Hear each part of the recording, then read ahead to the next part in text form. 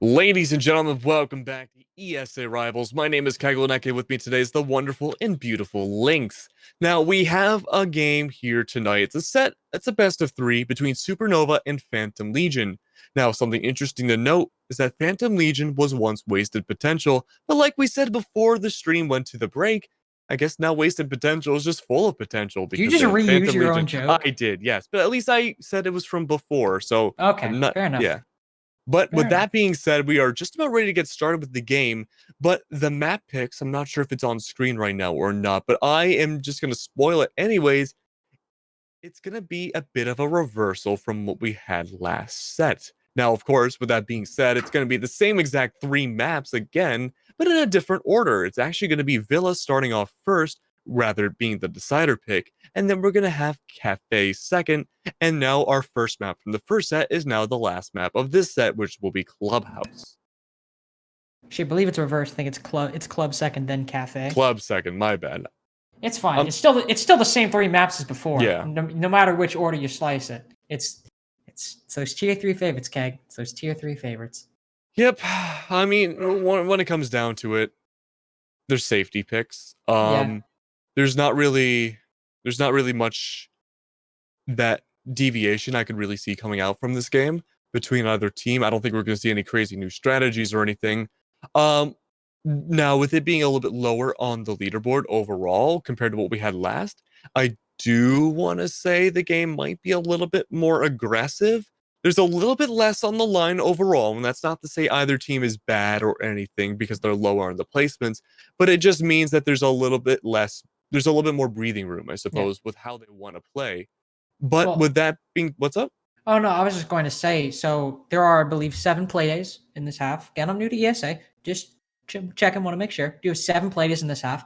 Since it is playday number 5, that means if either Phantom Legion or Supernova were to win every single game from now until the very end, Phantom Legion would be tied for first because Unreal Nightmare have 4 points right now, and Phantom Legion would have 4. But Supernova, the best they could hope for might be second or third, and that's if somehow every team that are currently in those spots lost their matches. So in reality, this is mainly a fight to see who can be in that middle of the pack that we see teams like Dynasty are in, that Going Nuclear are in, to try and be part of that, four-way tie for second, third, fourth place that we've been seeing. But getting that top spot, it's pretty much a pipe dream for both of these teams and a complete non-reality for Supernova. Yeah.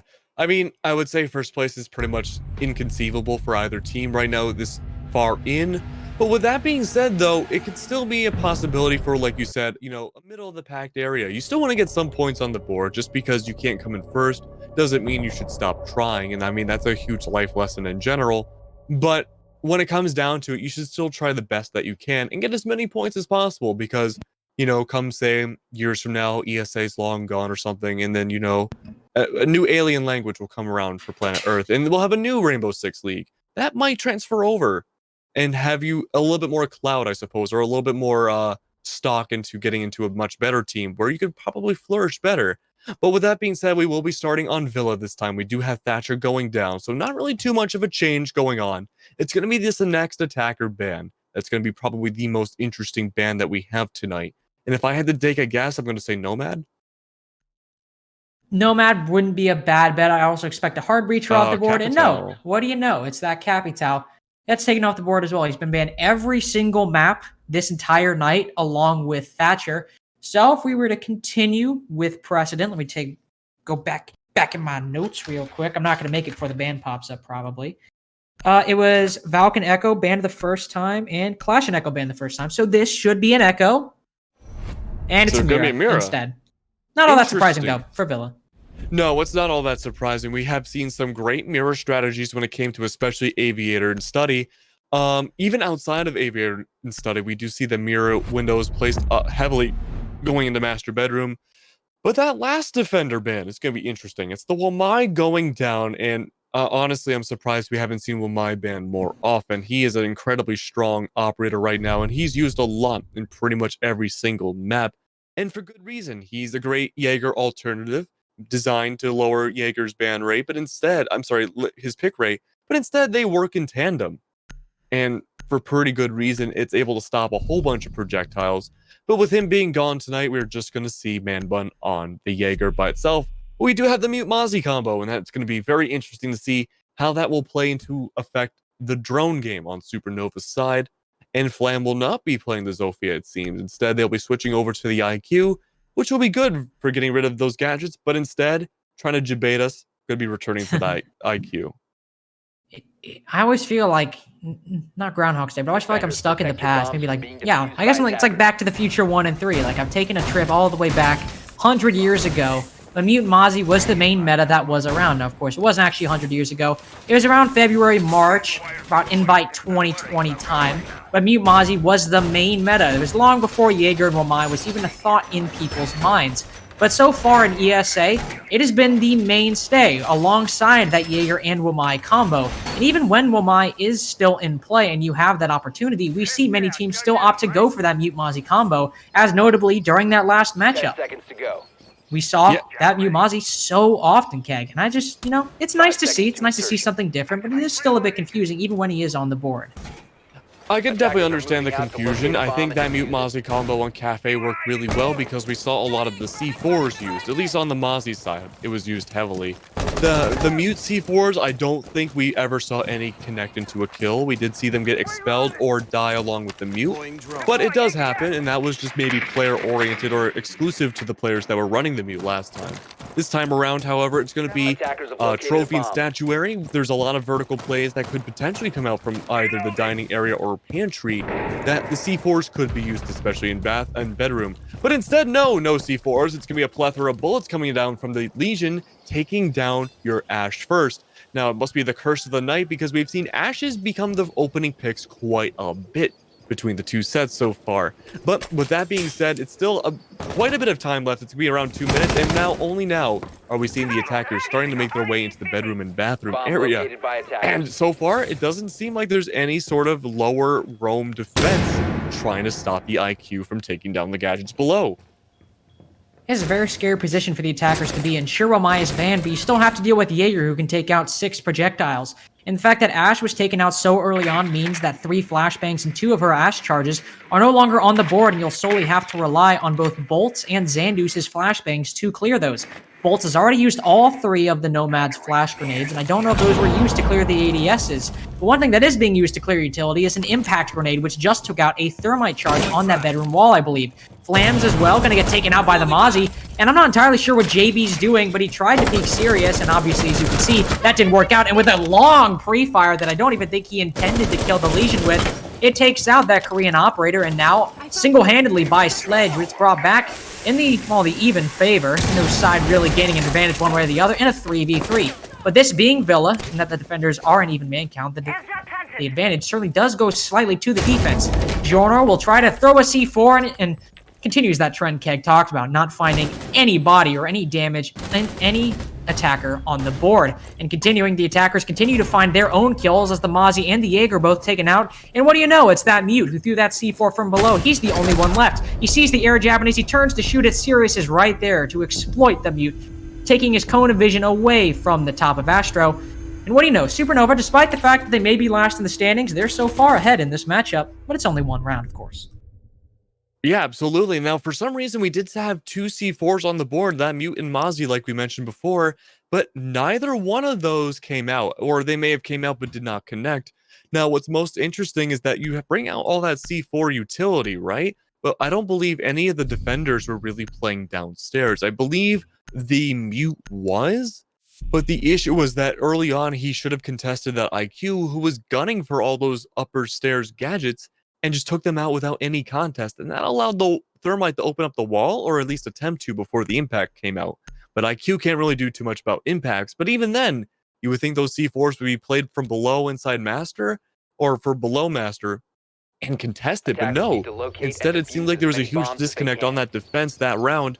And hopefully this time around they can, shape things up a little bit more, because we are running the same exact operator loadout again on Phantom Legion's side. We do see that Mute and Mozzie coming out once more, and I really want to focus this time to see where they place themselves at the beginning of the round, because I think that could be a huge game changer for Phantom Legion, whether or not this will be a 1-1 or a 2-0 for Supernova. I don't think that's entirely a poor decision. Obviously, we both hope they make some slight adaptations, but with some engagements, for example, that first one with the sledge on the Maestro, maybe the Maestro just doesn't peek it that aggressively and try and take that gunfight.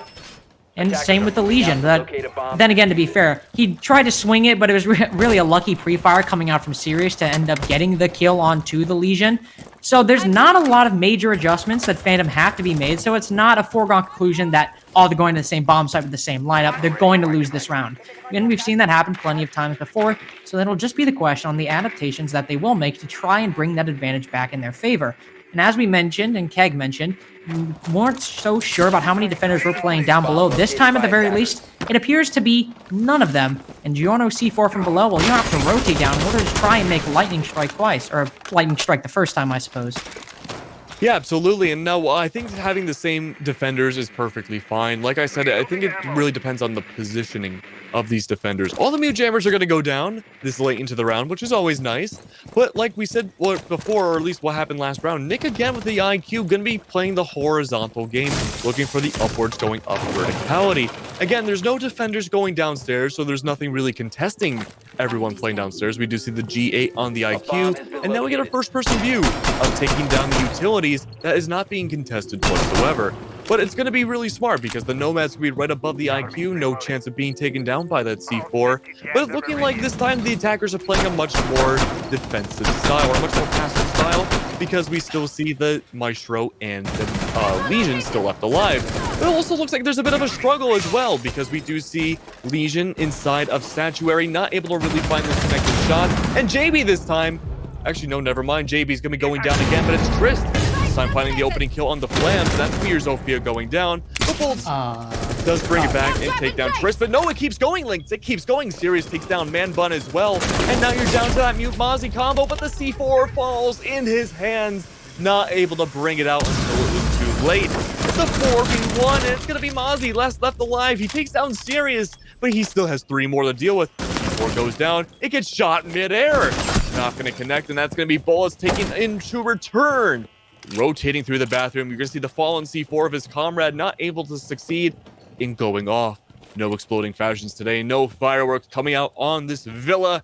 It's going to be a roll around, but as predicted, it's going to be the line of sight already waiting for the flank. It's going to be Nick who takes down Buzz, bringing it to a 2-0.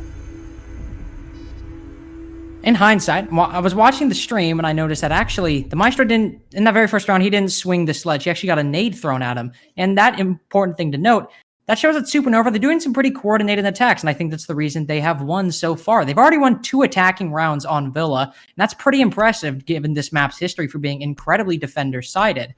Also going into that, since the defense is opting not to try and change too much in their lineup, this will be the first time they're bringing out the Smoke and the Castle instead of the Mute and the Legion last time. Ooh, look at that. He's going to 6-pick from the Castle to the Clash, an operator that was banned last series and wasn't even played when she was unbanned. I'm very interested to see where they play this Clash. We often see her either played inside of 90, but honestly, she can be played pretty much anywhere and still be a headache for the attackers no matter what.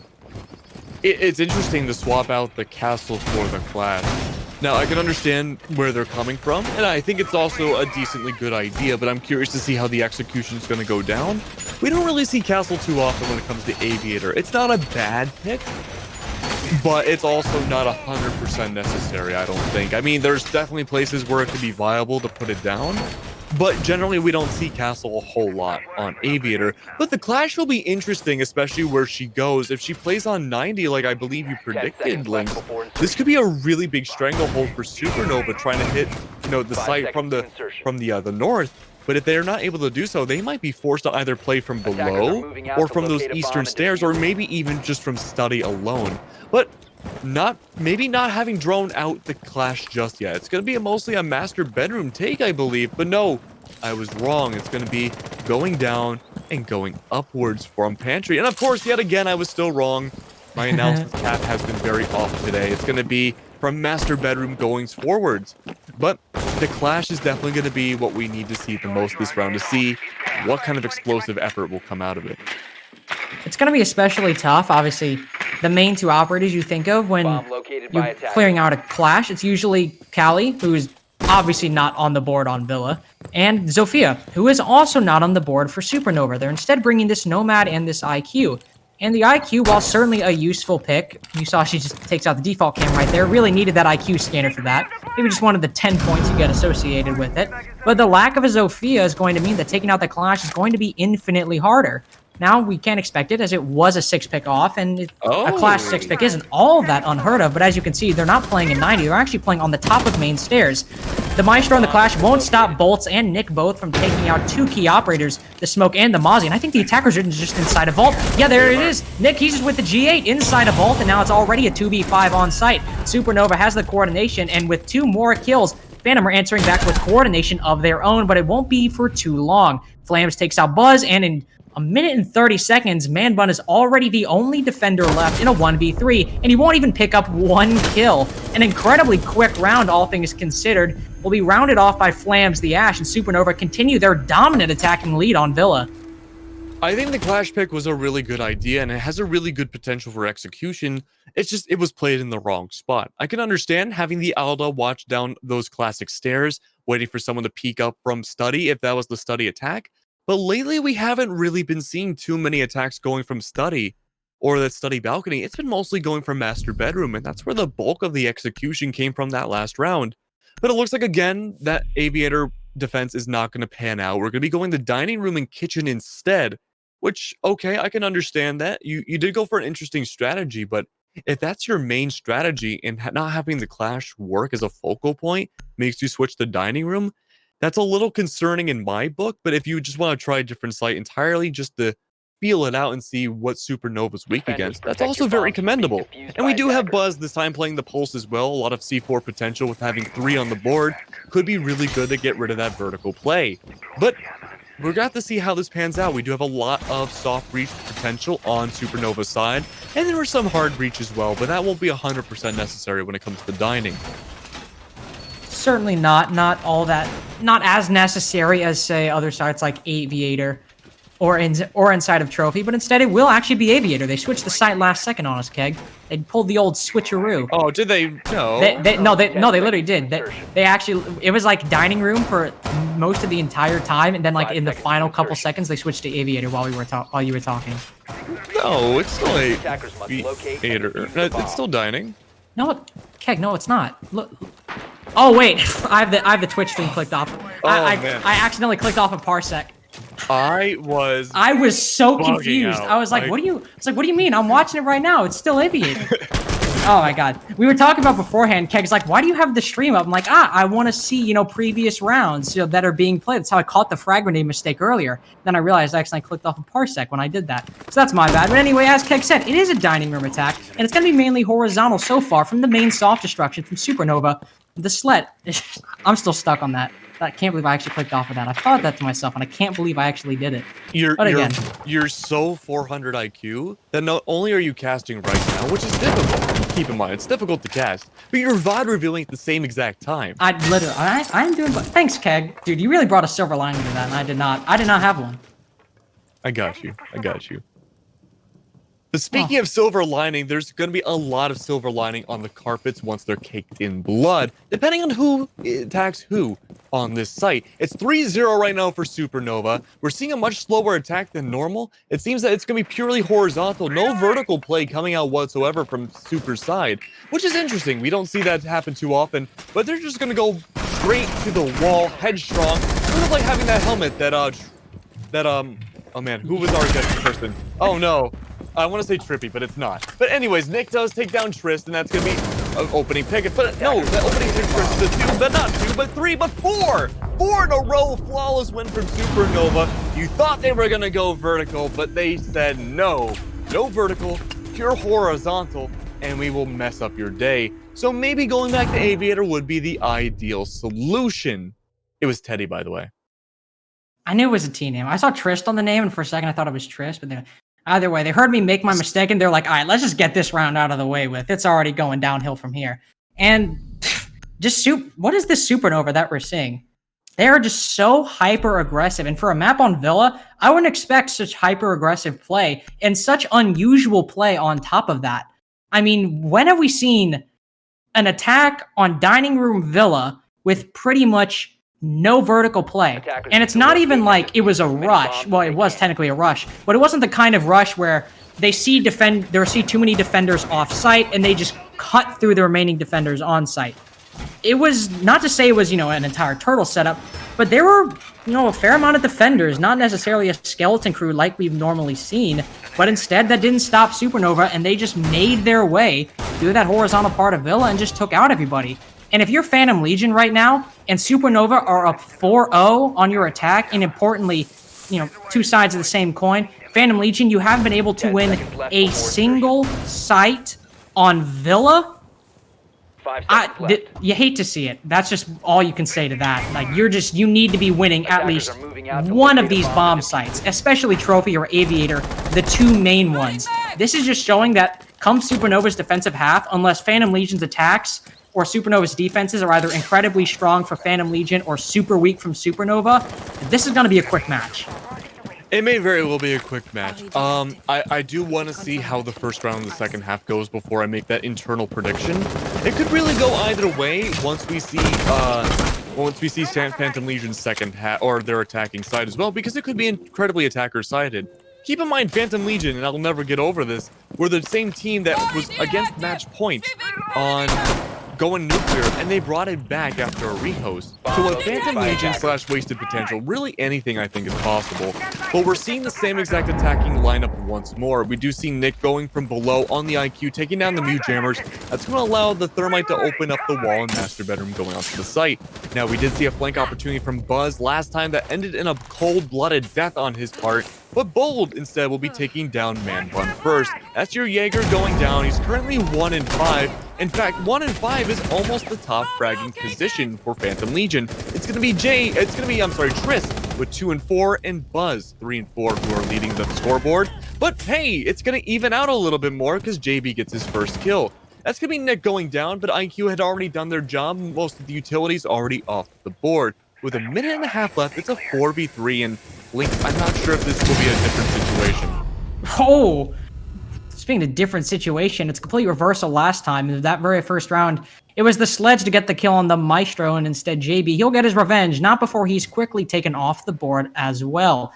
Now Phantom Legion, what do you know? They're on the back foot once more. In this round, despite the fact that it's still a minute left, it's taken much longer than the previous two, and it's probably not going to remain this way for too long. It just depends on whether or not Supernova are able to clear this out. Trist will stop them in their tracks just for the moment, taking out Bolts the Nomad, and now the man count has been even once more. Flam, she's pushing inside of Atro, isn't counting on the defender currently prone inside the doorway. That's Buzz on the Mozzie sitting there on that off angle, and now it's the Thermite left in a 1v2. And once again, the reversal, it just keeps happening, and it won't even stop there. As Phantom Legion, Trist with the final kill, they pick up their first round on the defense.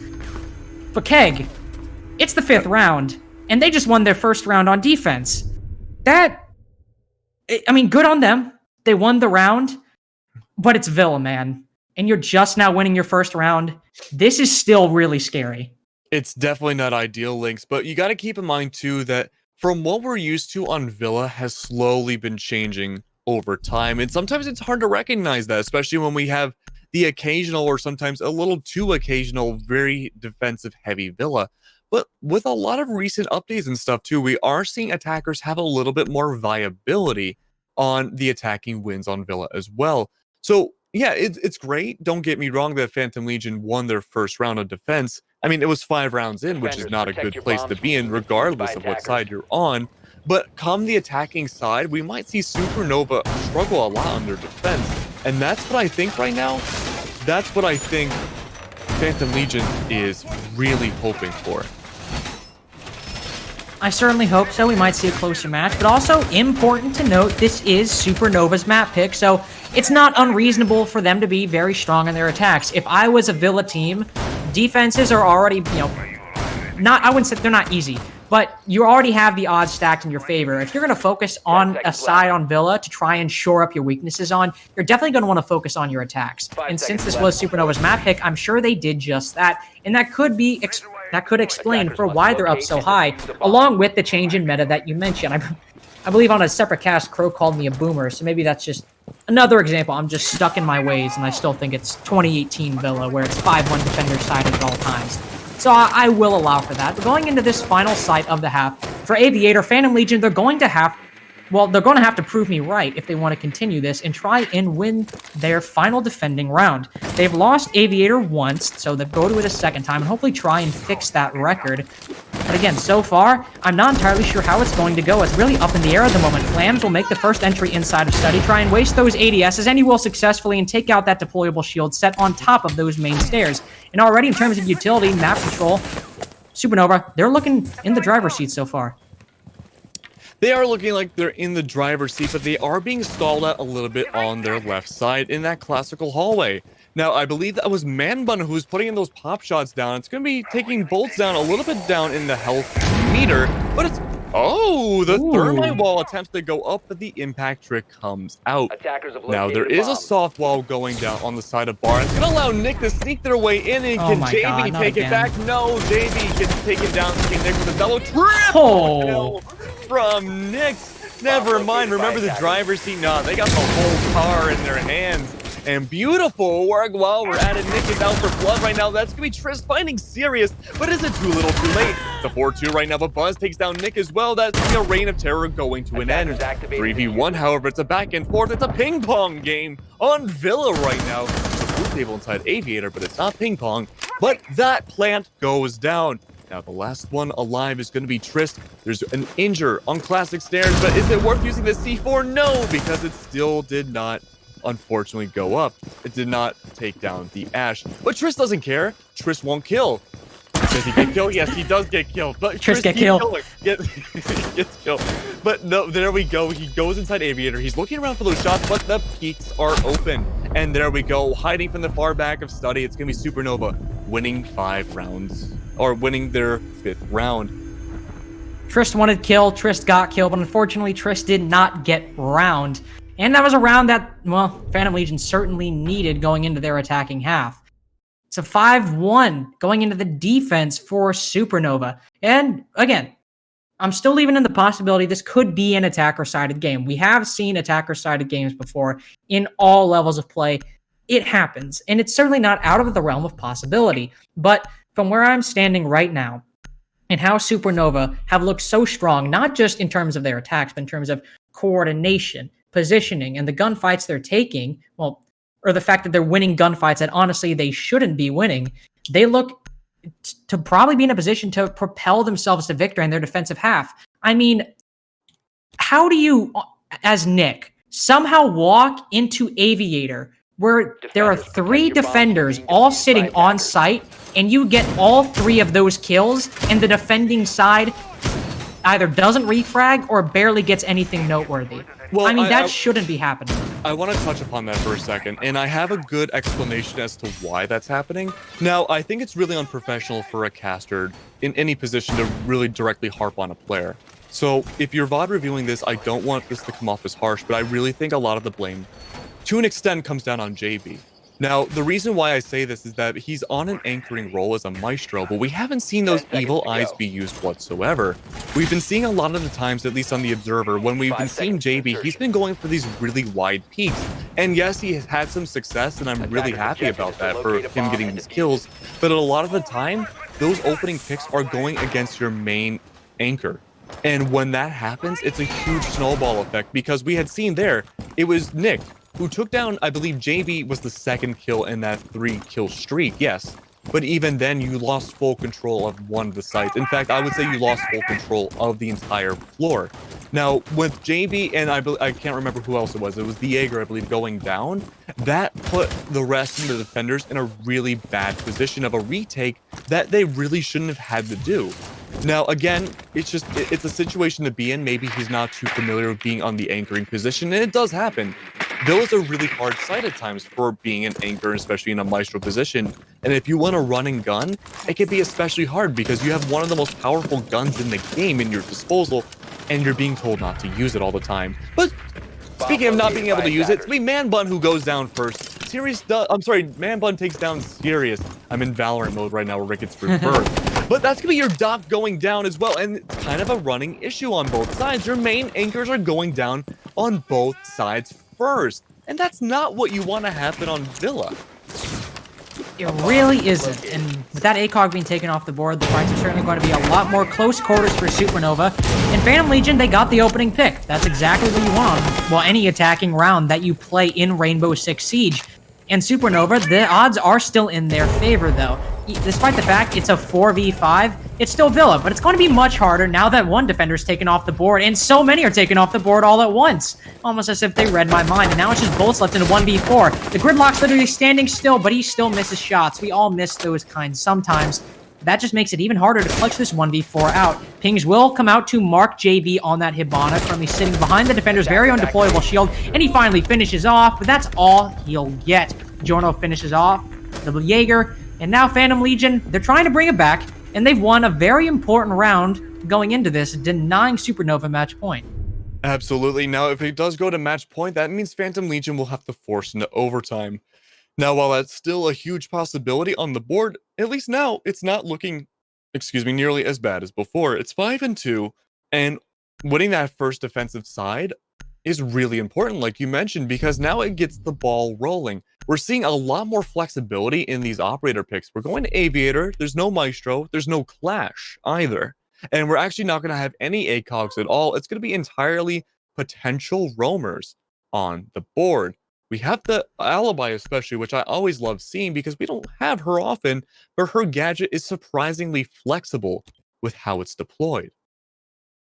I certainly do enjoy Alibi. She's a personal favorite of mine, but in a comp setting, I'm always a bit weary for the reason she's brought. She certainly has her uses, not to say that whenever she's brought, it never makes sense. I have seen times where somebody brings an Alibi, and it's like, oh, okay, I can understand that, whether it's be used to waste some time, because, you know, when you shoot an Alibi, you get marked for 5 seconds, and it's also some useful, very short-term intel. But contrast that with Phantom Legion's defenses, which is a bit of a risky thing to do, considering that for the most part they weren't successful. But why not bring a Maestro? I mean, sure, you've got the Valkyrie, but it's more intel and more utility that the attackers have to deal with and destroy. So overall, again, we'll just have to see how Bullets plays it. Maybe it'll be something game-changing, and maybe my mind will be changed. But once again, it's just a bit of a confusing move overall. Yeah, I'm curious to see how it's going to go down as well. I think you're completely right, Lynx, that the Maestro is always a good pick. And we did see the Doc last time as well, but that Doc was the opening pick before. So maybe that aggressive nature from the attacking side in Supernova is going to carry over to their defense going forward as well. And maybe they want to play the retake game, question mark? That is like the only answer I can really give you. But it looks like we're going to see a bedroom push once more for Aviator. It's becoming the more common way of pushing the site. It's definitely a very favorable way of doing so because it gives the attackers more breathing room for map control and just taking over a large quantity of the map rather than being stuffed inside of Study Room. Of course, Study Room is not going to be neglected. It's going to be Jorno on that sledge, droning out the top of Classic Stairs, who's going to be running into that Mozzie if the drone doesn't get hacked. And I don't believe there's really anyone besides that Alibi on that northern side of the map. It's going to be Nick as well on that Valkyrie, possibly able to get that split push in. And it's going to be a 2v2 relatively soon in such a small quantity. But no, never mind. Through the back, sneaking around, it's going to be Trist that finds home. And that's going to be a great opening pick. But speaking of opening pick, that's old news because Trick gets the double kill onto Nick. I am like 98% sure that Alibi was pretending to be a hologram. I'm almost absolutely certain that's what she was doing. And obviously you can see how well it looked out.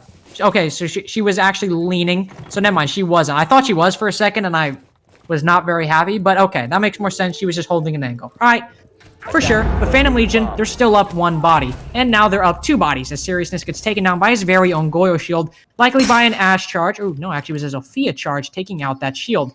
And now it's just Flams and Xandus left. Flams, he's destroyed some track stingers, and Buzz, he's going to hear it.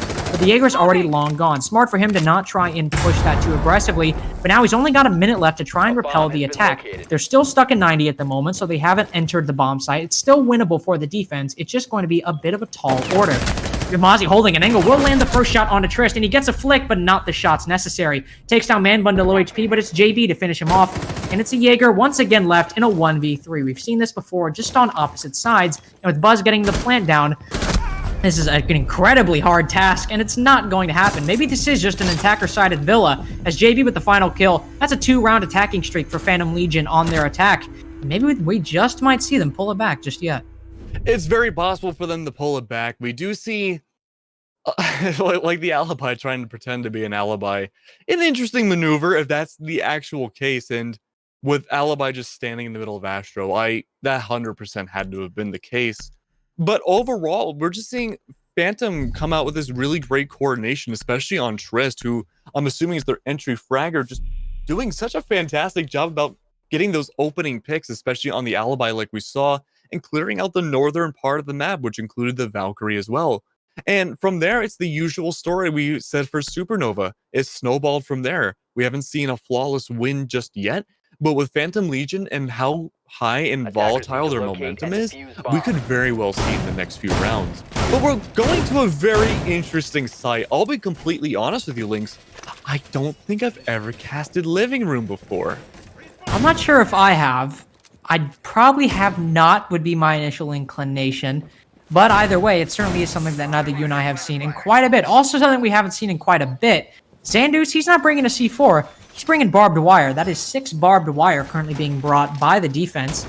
Maybe it's so incredibly vital to their strat that they opted to take away a C4 from the Mozzie, but I hope that's not something they regret later on. We've seen some teams, on all levels of play, they'll make a switch like that, and later on it'd be like, oh, that really, we could have used a C4 right there, but instead, it's just going to be the barbed wire that they have, and the only C4 on the board is Nick currently. Considering that a lot of the living room takes are resolved around those vertical play, might be a move that they're going to be hurt and wishing they hadn't made later on.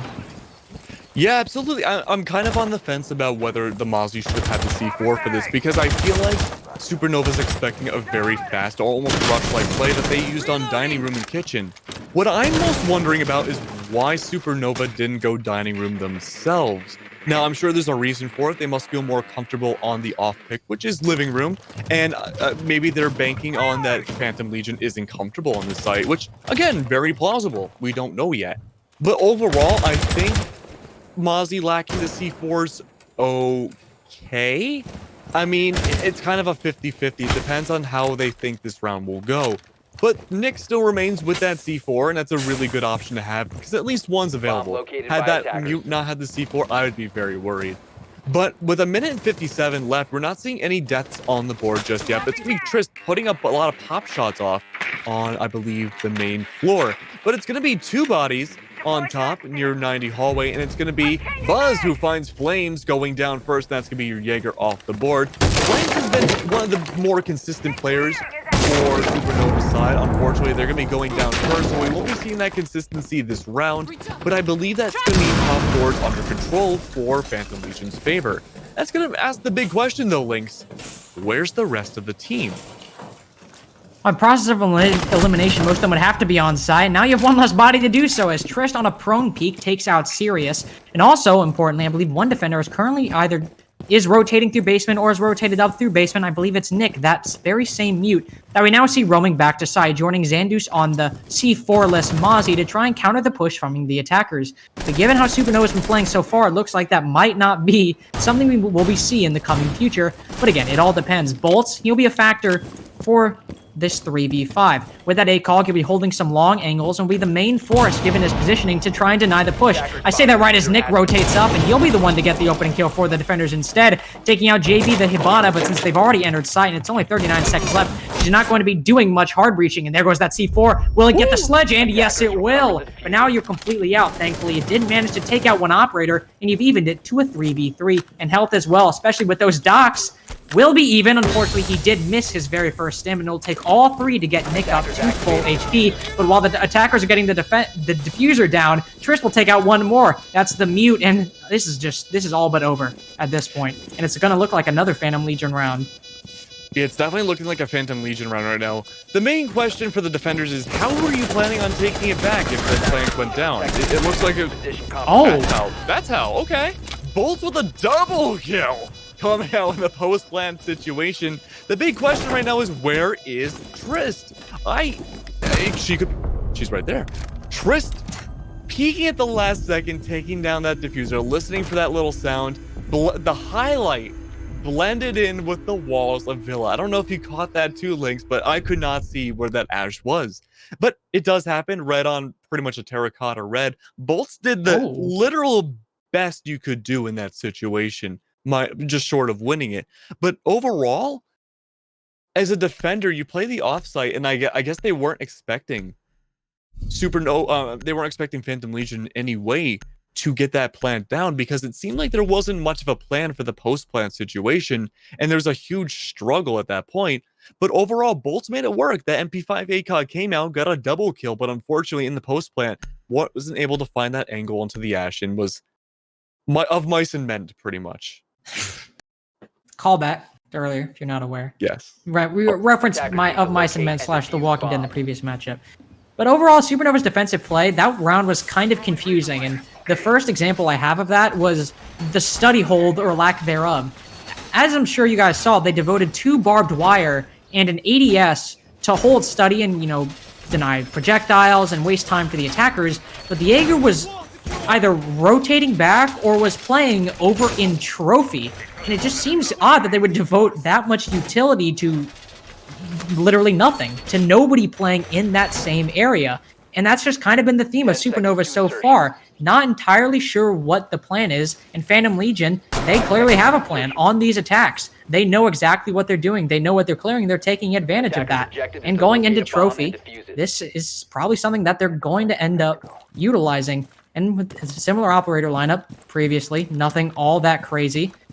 I don't know, man. Phantom Legion, they're just proving me wrong. This is an attacker-sided Villa. Yeah, I mean, it's been attacker-sided all throughout so far. In fact, going through my notes, I think we've only seen 2 defensive wins, maybe 3 defensive wins between all the teams in total so far. Coming very close to an even 5v5 right now. It's definitely not what I think the majority of all of us, including the audience, were expecting to come out. But hey, we're happy regardless. We get an actual match. All things considered, however, we are seeing a slow start for the attack right now. Now, something to keep note is that we do have 2 C4s coming back on board so far, and we're seeing kind of an early aggression here. It's going to be the Vigil holding onto the site, getting that initial kill onto Man Bun. Fortunately, Man Bun has been either having really good rounds or really bad rounds, either being the opening pick or the one finding that opening pick. But Trophy has yet to be slayed and yet to be touched so far, and with the study being held down really well, it's going to not be in Phantom Legion's favor so far. Of course, as I say that, it's going to even out a little bit. Bolts gets taken down. He was the playmaker of the last round, but unfortunately, no Doc this time for him. It's going to be an even 4v4. Great pick by Trist. He's been so strong on this entry so far. And you can see 13-7 kills, and he's going to pick up a 14th right as we talk about him. That's 2 for Trist on the round. And now man count is in the favor of Phantom Legion. They're trying to eat it even at 5-5. And now they're in a very solid position to try and follow through on that. There are still defenders on site, though, so that means it's never completely out of the question, especially on Villa. But again, given how attacker-sided it is, for all we know, this could be a Phantom Legion round, and we just don't even know it. Seriousness will once again be the first line of defense. The Doc seems to be continuing to play that position as the very first defender to go down on site, but instead it'll be Nick, the Bandit, and that's your C4 off the board. One still in the hand of Xandus, but again, it's a 2v4, and unless he's rotated down, he might not make much use of it. Seriousness takes out 1, but Trist, with 4 more, takes out that C4 right as I talk about it. And if I were to guess, Seriousness, every time I talk about an operator, they end up dying immediately after. I'm going to guess that Sirius is about to die. And no, he won't. He'll continue to keep aiming. He'll also some barbed wire get broken over by that bedroom. Both exchange some shots with the Hibana, but neither taking damage either way. But he's just not able to move all that much. He definitely does not have a lot of room to breathe. The attackers don't have the defense, and it's actually Seriousness that does hold it. He takes out 1, the Sledge, but they've got a crossfire set up, and it looked like he almost might pull it out just for half a second, but JB, he's got the crossfire set up, and they even at 5-5. With 5-5 evening it out, I don't think anyone was expecting to have a turnout like this. Who knew that this would be a closer match than the ones fighting for second place in the rival series right now? 5v5 on map number 1, no less, between Supernova and Phantom Legion. Now, of course, like we have said before, that doesn't mean that just because they're not fighting for 5th place, they're actually fighting to see who's going to get 1 more point on the board. Between Supernova having 0 and Phantom Legion having 1, doesn't mean that they're bad teams at all. In fact, they're both really good teams. But it does mean that wasted potential has been no longer wasted. Again, Phantom Legion, I know. But Phantom Wasted Potential has had an interesting time between you and I, Lynx, because of how they've played before. Sometimes they'll do really bad in the beginning, and then suddenly something will click. And we're seeing that happen once again on map number 1. That happened on their first map number 1 as well. Something about comebacks, I suppose. They're just trying to give us some good matches. Oh no. Always trying to play the underdog, trying to make us second guess, but it looks like we will have a rehost. As remember, Supernova, well, they have lagged out, unfortunately. You hate to see it. You hate to see it, especially, well, maybe, you know, this might be a blessing in disguise. It's Phantom Legion. They have the momentum so far. 10 seconds to go. Bomb So this might be located by a attackers. momentum reset. This would be a good time for 5 Supernova seconds to insertion. to try and pull this back. Now, I, of course, am never, ever privy to harkening back from the past, but keep in mind, when Wasted Potential, or at least then Wasted Potential, was playing against Going Nuclear, we had a similar rehost happen. Indeed, we did. So I'm not saying that maybe one side will explode after this or not, but you never know. It could very well happen. But regardless, it has been an extremely close match so far, and these are the kind of matches we like to cast, because there have been interesting strategies that have come out that challenge Lynx and I think to say, and there have been also really interesting plays that have come out. Now, when I say challenging us, I do mean like the living room defense, the clash plays as well. Weren't necessarily bad. It's just a matter of we're not used to seeing something like that. So the result to us isn't something we can easily mentally predict and translate for you guys, if that makes any sense. Well, and going on top of that to the attacking side of things, it's always kind of unexpected. It makes for good content, but it's always unexpected when we see teams multiple times in a row just walk onto site with multiple defenders still playing there and just win it out.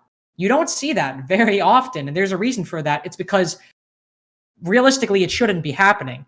If you're getting to a point where multiple times in a row, the attack is just walking onto site and killing you all, well, you've got something just incredibly wrong with the game you're playing at that moment.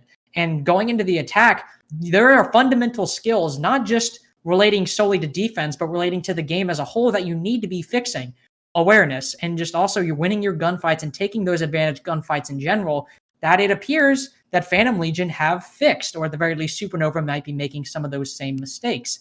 So yeah, thankfully it's been a close match, wasn't a blowout, and for Supernova being on their map pick, I'm pretty sure they're going to take this rehost to try and reset and try and figure out what's going on. I mean, I would say both teams should. And my reasoning for that is, yeah, absolutely Supernova needs to 100%. But there's a very strong possibility, Lynx, that we could go into overtime. Now, we did see Phantom Legion's defensive side as well in that overtime, and it was pretty poor. That's the thing. So both teams need to figure out what's going wrong on their defense, because I do think there's fundamentally something wrong with both of their defensive lines. And I think when it comes down to it, each team is trying to do something beyond their capabilities, if that makes sense. They're trying to do things that seem experimental to them in their scrims that maybe they're just trying to employ now to see if it sticks. The clash play, like I mentioned, for example, living room, for example, possibly JB on Maestro, for example, as well. Something that everyone's trying to play around with. Yeah, overall, it's curious. The living room side decision obviously is definitely the sore thumb that sticks out in the grouping. If we're talking about experimental play, I guess you could call it. And obviously it didn't end up working out for the defense. But one thing I do need to ask, have we seen Kitchen yet? I can't remember if we have. Yes. Yeah, we have. We saw it in the flawless win for Supernova's side. I believe it was round number 3. No, I mean, sorry, I should have been clear. For this half specifically. No, we Supernova's have half. not. Okay, so again, that's one of those things. It's like, why would you choose living room over kitchen? Obviously, the initial answer in your head will be, oh, they wanted to throw the attacking team off. And sure, that's an easy answer to go to. Why not try those tried and true bomb sites? Because if you want to, at the very least, repeat what happened last time, what you did on your attacking half, you still need to win one defense.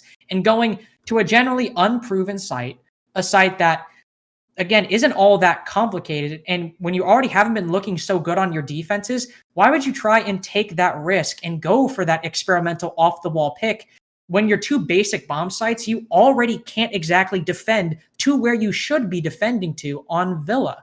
Again, overall, it's just some confusing decisions all around. And Supernova, they're going to have to try and regain momentum and regain their composure on how they need to be playing Villa. Well, on the bright side, at least right now, we do have a somewhat of a tactical timeout.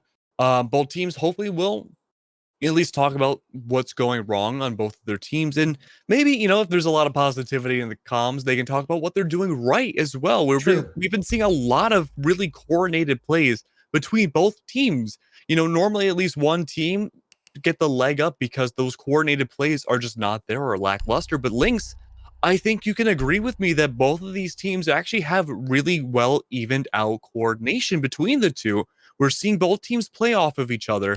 We're seeing those refrags come out pretty often, and we're seeing a lot of early game and late game kills in tandem. You have to give it to both teams' attacking sides. They certainly know what they're doing on Villa. That much cannot be taken away from them. Whether it's the defense making mistakes or the attack playing well, they certainly know how to either capitalize on mistakes or just play their attacking game well. That much we can be certain of, and that we can all agree on. And as you said, it's always good to be positive. It's always good to find that common ground and all agree on stuff. And also, that is one thing that I think is under talked about. You really do need to be positive. I've been in some tier 3 teams' comms, and you would not believe some of the things that they say to teammates, to each other. And it's like, it gets so toxic sometimes, guys. Just calm down. It's a long-term thing being on a team. It's meant to be a long-term commitment, trying to figure things out. Just be nice to each other, Keg. That's what I'm trying to say. Just be nice to each other. That should be everyone's mantra, just let the world be, try to be nice to each other, and leave the world a better place when you inevitably leave it. We got to do whatever we can as a human race. And now I guess we're getting a little too metaphysical and philosophical for an ESA stream, but overall, it does apply to Rainbow Six and just overall competitive games in general. As long as you're able to take an objective view for what you're doing wrong and the positives for your team, not only towards yourself, but also the team as a whole, that's what transforms a T3 team to, at the very minimum, a tier 2 team or even a tier 1 team. That's the main difference. That's the secret sauce. That is the sugar, spice, and links, the everything nice to make the Powerpuff Girls of the tier 1 teams that we see here in Rainbow Six today. We are waiting on one more person before we get back into the game. But even then, you got to keep in mind, it wasn't even, I think it was 5-5 or it was It's 5-5. 5-4. It's 5-5 5-5 for both teams. And this is a very intense game. Very intense. It has been. And quick update before we continue with the discussion. It was Supernova who called the rehost because one of their players got disconnected. We're actually waiting on a player for Phantom Legion right now. So, continuing with the theme of things going in reverse and things being turned on their head. The opposite team who called the rehost that we're waiting on. But again, it happens sometimes. Siege is just such a weird game. I mean, obviously, Keg and I love it. We're casting it. Love this game to death, especially me. I've been playing, Keg, I don't know how long you've been playing, but I've been playing since launch, off and on, till about Wind and Bastion. But yeah. I got the game on a really crappy gaming laptop, Velvet Shell. No. So that's year 2, season 1. I got it because I love destructibility and just the malleability of Same. environments and games like Minecraft. I love it. But it was like, whoa, I like shooting games and I breaking stuff. This was before Fortnite was a thing, so that wasn't a concept yet. But I thought it was so cool that you could break through the soft walls and stuff, and it just seemed like such a wild west at the time. And little did I know that's when the competitive environment started shaping up as well. Not that I was a part of it. I was on a crappy gaming laptop. I was just mesmerized by Jackal being able to track people's footsteps, and that the game was able to track something like that. But overall, it was really important to me because I was really, really sick at the time when I got the game, bedridden. It turns out I had a dairy allergy, and that's why. But no one knew about it. And so no one was able to find out. So that's why I was bedridden. But I just spent that whole time playing Siege on a mouse trackpad. And it really just changed. I guess it was like a growing up experience because I've learned a lot of life lessons from the production side of things that you can translate over going forwards. And Rainbow Six is a huge building block, I guess, now of who I am. Sure. I'd absolutely agree to that too. I mean, this game has been part of my life for 5 years. I just want to I want to, I know it's been so long since that game came out. It's absolutely insane. But it is taking a bit, and Keg and I have already previously stalled for 30 minutes on a broadcast last week. I don't think we want to repeat that again. You're probably getting sick of our small talk. So we will send it to a couple minute break real quick. And I say couple minutes. Don't entirely know how long it'll be. Still waiting on that player. But we'll see you in a bit.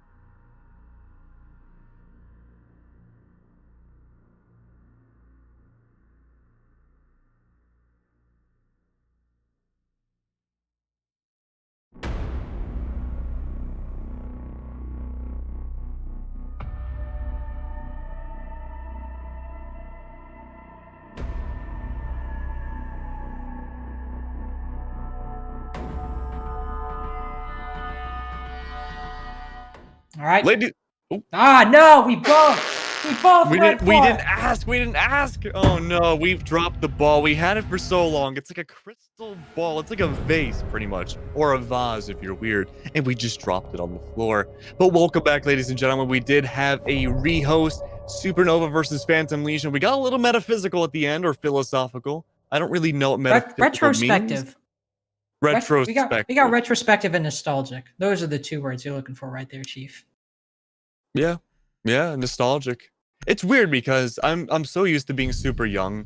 Like growing up, you would be like, "Oh yeah, this is so nostalgic," and then my parents would yell at me, being like, "Oh, you don't know what nostalgia is. You're 10 years old." But now I'm not 10 years old. Now I can actually acknowledge nostalgia when need be. But speaking of nostalgia, we do have a lot of early on operators on the defensive side. We do have the Mute and the Jaeger, of course, but we do have the Legion, which I believe would be the newest operator on the board in terms of release date for Supernova side. Now, of course, that doesn't mean that these operators are terrible. In fact, these are some of the most mainstay defenders that we see on Supernova side. Once again, going to Aviator.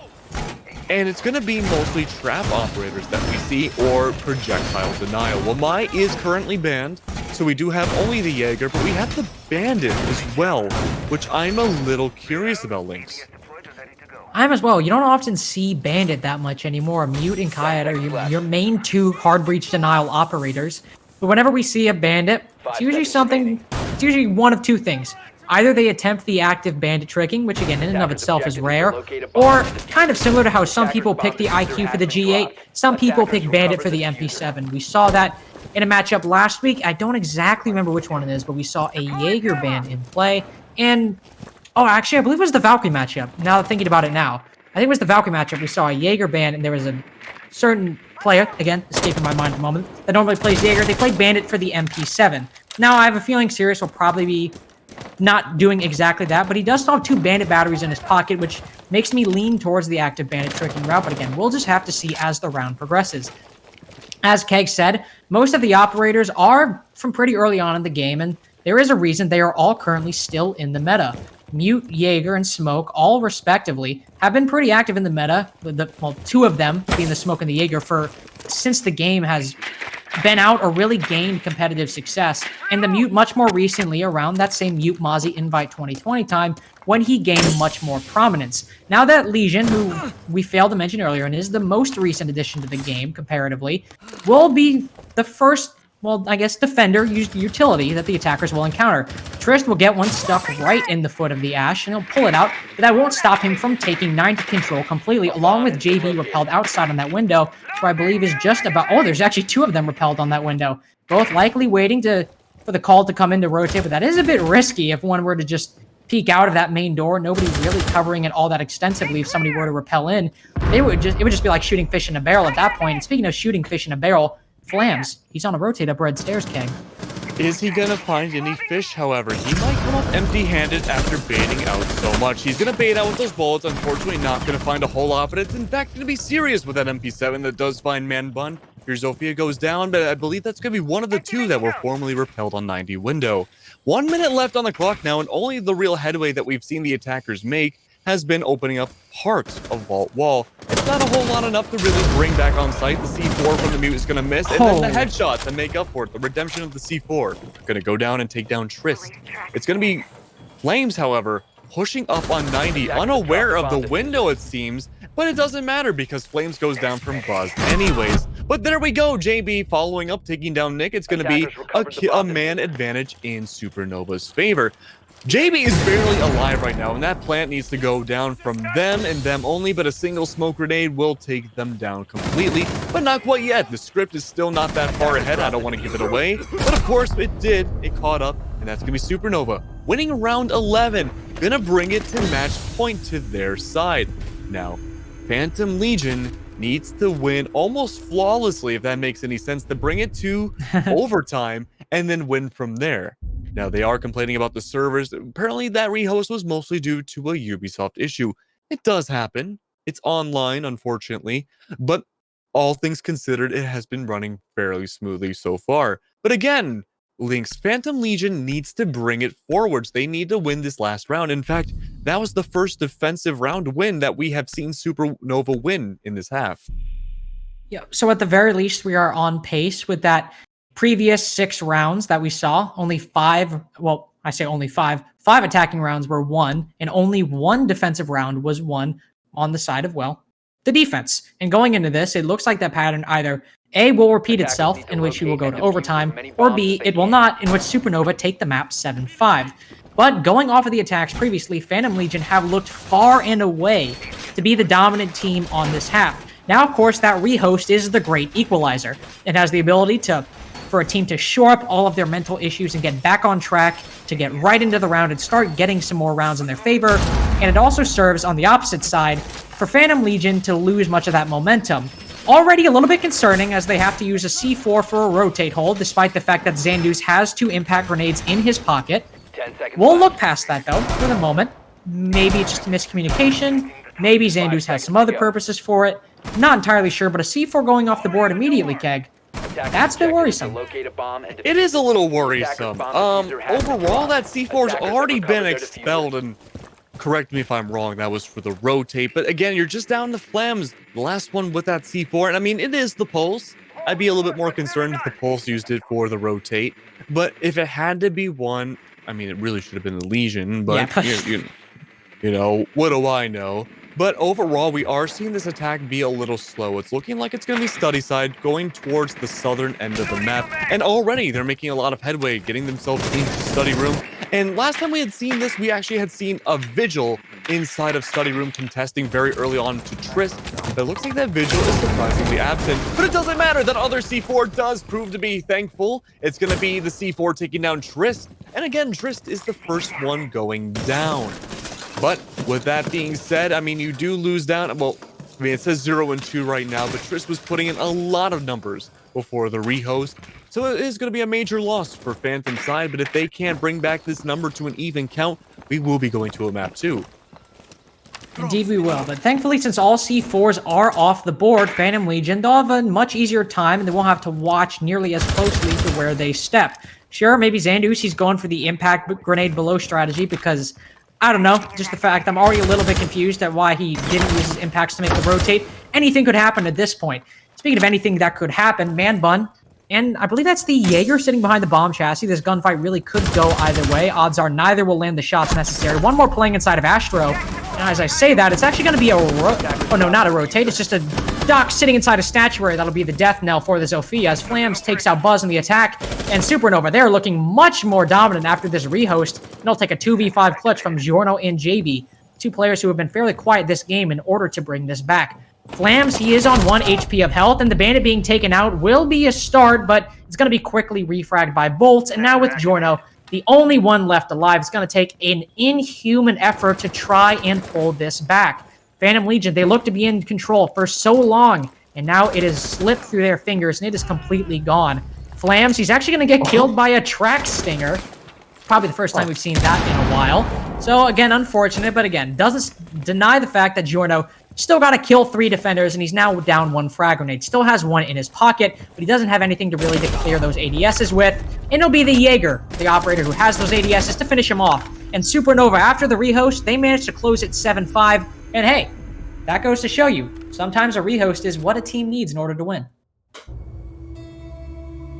Absolutely. Supernova winning it out overall. The rehost, somehow each and every time against or for Phantom Legion, has been interesting, to say the very least. It has been giving an explosive effort overall for one team or another. And we'll be going to map number 2 now, which I believe will be Cafe. It is Nope, Cafe. it's not. Yes, it is. Yeah, it's it is. Club. It's Club. Is it? Oh, see, I know we corrected this before, but I thought it was reverse order completely, but no, it's Cafe instead. Listen, okay. Listen, guys. We just casted Club Cafe Villa. And we're casting the same 3 maps. It happens. It happens. It blends together. It really does. It does blend together. I mean, when teams play like the same 3 maps and then maybe a random 4th every now and then, it can kind of get diffusing sometimes. Did I just say diffusing? I might have said diffusing. See, words are just hard sometimes. It's hard to get out the proper English necessary. But we're here. It's happening. But yeah, map 2 will be Clubhouse. It is Supernova's map pick. Oh, no, it's actually not Supernova's map pick. Villa was Supernova's map pick. Phantom Legion, they're not going on to their map pick. And hey, it was a 7-5 victory, and Phantom Legion looked like they had the potential to bring it back. Going into Clubhouse, I wouldn't be feeling too bad if I'm Phantom Legion. You're on your map pick now, going to be much more comfortable. And if the last map pick, which wasn't yours, was a 7-5 loss, you're going to be feeling pretty good. At least I hope. I think so. Overall, I think we will see overtime in the second map. I'm honestly surprised we didn't see overtime for this last map either. I think if the rehost had not happened, I think we would have seen an overtime on Villa. But going into the next map, I feel fairly confident that we'll see just the same amount of performance out of both teams again. Now, keep in mind, we have said that in the past, you and I, Lynx, and it has been an absolute stomp for some teams. But I feel confident in both these teams that they'll be able to bring what they have to the next game even better than before. But we will have a small break while we get everything set up for map number 2. Everyone can go to the bathroom, get a drink of water, and we can freshen up on our words because we're both tripping up on them as usual, or at least I'm forgetting stuff. But water solves all of our issues. So we will be going to that 5-minute break, and we'll see you then.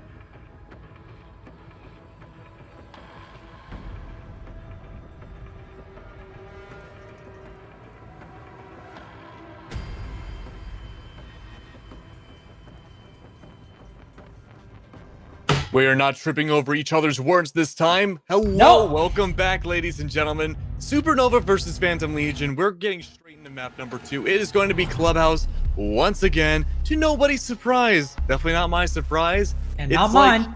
It's like breathing in the morning or eating scrambled eggs. It's the same sun thing. rising. Or the sun rising. That's right. I like that eating scrambled eggs was in the same class as the sun rising and breathing. Well, I can't imagine a day without eating scrambled eggs. I mean, hey man, you know. Oh, and it looks like we do have a bit of a technical error going on, but that's okay. It does happen because, like clockwork, there's always technical difficulties in every production ever. But you know what? It does happen. It's no biggie. You know what's funny about production errors? In like Bane sets, right? Like there's whole websites dedicated to it for like film sets and stuff where you can like movie mistakes. Yeah. That stuff is fascinating to me. That is. When I was a little kid, when I was living at my grandparents' house, when I was really little. By the way, the map operator bands. We are going through with the bands. Yeah, let's finish the bands, then we can circle back to the movies. Yes. So Thatcher and Capital, same things again. The Kaid band comes down. See, my process was that these bands don't count, but they really do count. But yeah, Kaid does go down. That's gonna be great for CCTV and for the hatches in kitchen and for Moto hatch as well, depending if they want to Kaid trick it or not. That's gonna be a big difference when we do see Church come up. But the last one I think is gonna be the Valkyrie pick. I think that's a very safe option. It could be it's gonna be Maestro. Similar boat, but a different boat entirely. It's gonna be the Maestro going down for that visual denial. Yeah, Trish goes, wow. So it might be a target ban. I haven't seen a Maestro ban in a while. Like, despite the fact that in my head, it's still like a fairly common ban.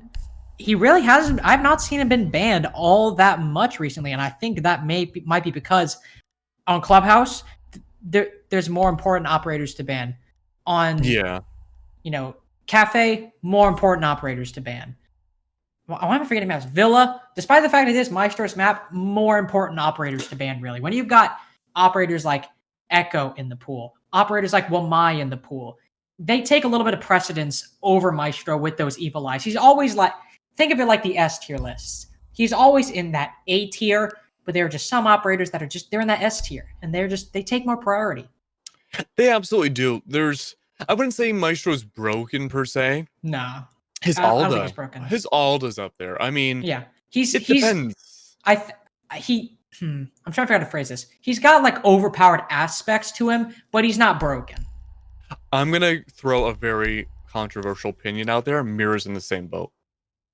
You and I had a discussion about this last night. I got Skies, the pro player, flamed me in a tweet because he put Mira S tier, and I said something along the lines of actual cap, Mira is an S tier, and I stand by that. I do stand by that. Now in hindsight, that list was in the general grand scheme of Siege and how operators function, not specific to this meta, which in that case, Mira is an S tier pick. But in terms of this meta, I don't think Mira's an S tier pick. She's A or B tier. Well, you find that with any competitive game. There's a huge amount of fluidity when it comes to the meta of Siege. I feel like compared to other games, not just because the people watching this tonight really, follow Siege, but there will be meta shifts that happen more gradually over time. Whereas with Siege, it's like the season's changing. You can literally pinpoint when these metas happen, and you can do that in other games too. I mean, Melee, for example, you have a Fox meta for such a long time. Then Marth came around. Then we have Jigglypuff. But something like that, it happens over time gradually. And yeah, Mira is, I would consider, an S tier operator. It's just that people don't really scrim with or against her anymore. And it's more like she's just fallen out of favor, but she still has all good aspects to her utility. There's no bad aspects. And I think with the release of Goyo too, it's all the positives of Mira without it being as meta defining as she is. Because when she's on the site, she changes the site entirely by herself, and no other operator does that. Whereas with Goyo, he has the Vector. He has C4, I believe. Yes, and he also has his shields, which aren't the same as the Black Mirrors or anything, but they can still stall out just as well as her mirrors. Yeah. That's the deployable shield change. Yeah. Yeah. Ever since I got introduced, man, they have been off the chain. Maybe this was back when I certainly didn't know. I wasn't as I was into Siege, but I definitely wasn't trying to be a caster. I didn't really know like as extensively, not to say I extensively have some deep knowledge, but I wasn't as into Siege on the analytical side back then. I could not have predicted or like predicted effectively how insane that deployable shield change would be for the meta and how just redefining the play for the entire map it would have been. Yeah. No, I mean, it's one of those things where it's funny, and we do have the opening pick here, but I just want to get my final thoughts out there. That when two operators are slated to be released, it's usually there's this super broken operator that's shown off. And it turns out the other one that people kind of slept on in the reveals is the more broken one. Melusi's a great example. But coming back a little bit to the actual game at hand, we do have those same operator bans from before. We have Supernova on attack, and it's going to be Church going down first. Now, we mentioned on the lines of Church before and how maybe this roam game will be really interesting because we've been having a very interesting roam from Villa, but this is going to be a little bit more, I believe, a roam-centric defense coming up from Phantom Legion's side. And normally they do that a lot. They like to play the retake game. That much is true. And speaking of roam game, that likely is the reasoning for the Jackal pick coming out from Nick, which is fairly curious. Though, Flames, you don't even need a Jackal. He's just already making his entry, and he takes out the Vigil. But he won't get any farther than that, as the Jaeger, on a fadeaway down main stairs, gets the refrag. Excuse me. I ate some food before we came back on the air. Got caught in my throat. Anyways, nice. He'll be back on 25 HP, and the Legion, he's the first one to get Jackal tracked. But going back to that Jackal pick, now that the action has died down a little bit, they don't really have any dedicated soft destruction. Their only real option was the Ashe, who is now dead. They don't have any breach charges. Jackal might have that secondary shotgun, but let's all be honest with ourselves, it's not the best form of soft destruction you could have brought, especially when Sledge is in play, Buck is in play, or you could have brought a Zofia and brought some breach charges. And now that all the defenders have pretty much rotated back to site, sure, the Jackal will be useful for some pings, but there are better options you could have brought in actually setting up for an execute. Yeah, absolutely. There are definitely better options overall. I can understand the Jackal pick if you want to go from a top-down roam clear perspective. But we're not really seeing any of those roamers playing upstairs. Oh, no. Oh, no. What was... Oh, it was the Electro Claw. Unfortunate. No, they don't. The Kayad's banned. No, oh, yeah, no, I'm sorry. Attackers have located a bomb. What caused that? That wasn't an impact, was it? No, it just got shot through the floor. He put it on the soft part of the floor, and then it just got shot from underneath. The most simple things you don't even think of sometimes, and that's what the cause is, because how often does that really happen, you know? But with 1 minute left on the clock, it's 0-0, and we do have two bodies down. We Flams and Trist, unfortunately, going down first, and all things considered, a pretty even matchup of bodies going down. But it's going to be a slow take of the site again. We've seen this happen time and again when it comes to Clubhouse, and it's going to be really defender-centric. It's going to be really turtling, pretty much, is the best way I can put it, and Church Wall is going to be attempted to open up. There's no mutes, no mute jammers, no nothing to really stop this Church Wall from being opened up, and that's going to give a lot of headway for that plan to go down. Now, approaching less than 30 seconds, 20-second meta, if you want to call it that, is now in pretty much full effect. All the attackers need to get onto the site now because bodies are about to be trading back and forth. The Jackal goes onto the site first, sacrifices himself, and takes down Man Bun. It's going to be Nick, though, who gets the double kill, takes down Buzz as well. He pulls the ultimate sacrifice, he gets away with it even, and it's going to be Bolts. But Jorno as well, and that is going to leave it down to just Jay. But Jay doesn't stay around much longer. His partner in crime, Hibana, going to take them down. That's going to be the first round, going to Supernova. Likely the reason the Echo was on those blue stairs was because he wanted to rotate away from the bomb site in order to use his yokais to try and deny the plant. Now, while Supernova won the round and they got the plant down, that wasn't successful. Wasn't able to get the yokais in the proper positions, and it's not often you see that, even without an IQ, that the yokais don't end up playing even a little bit of an effect. Maybe they got some pings here and there, but again, overall, weren't able to use the most famous ability Echo is known for, which is denying those plants.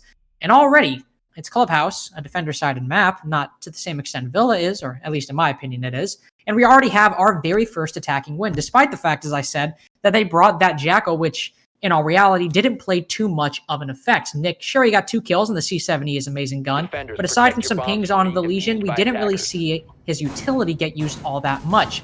Instead of the Jackal this time, it'll be the IQ being brought out, and I still think that's a very solid adaptation. I mean, you look at the defender lineup. You have Trist with the Valkyrie and JB with the Echo. Of all the 2 operators in the game, those are the 2 that are most known to be countered by IQ. You always bring an IQ if there are black eyes on the board, and you always bring one if there's yokais on the board.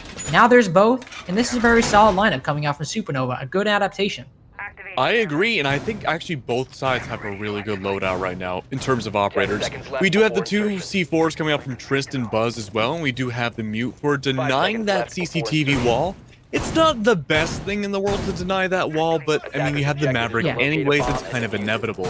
But it makes me think that maybe we'll be seeing a CCTV push. We do have 3 hard breachers on the board, which, to be fair, last week we were a little confused about that approach, but this time around it seems like it makes a little bit more sense. We've done our homework now on Clubhouse with 3 hard breachers, and so it makes a lot more sense. You can open up Jacuzzi wall if you so wish. You can open up the CCTV wall, and with the Hibana, if you want, you can open up that garage wall. You can do a whole bunch of walls that can open up.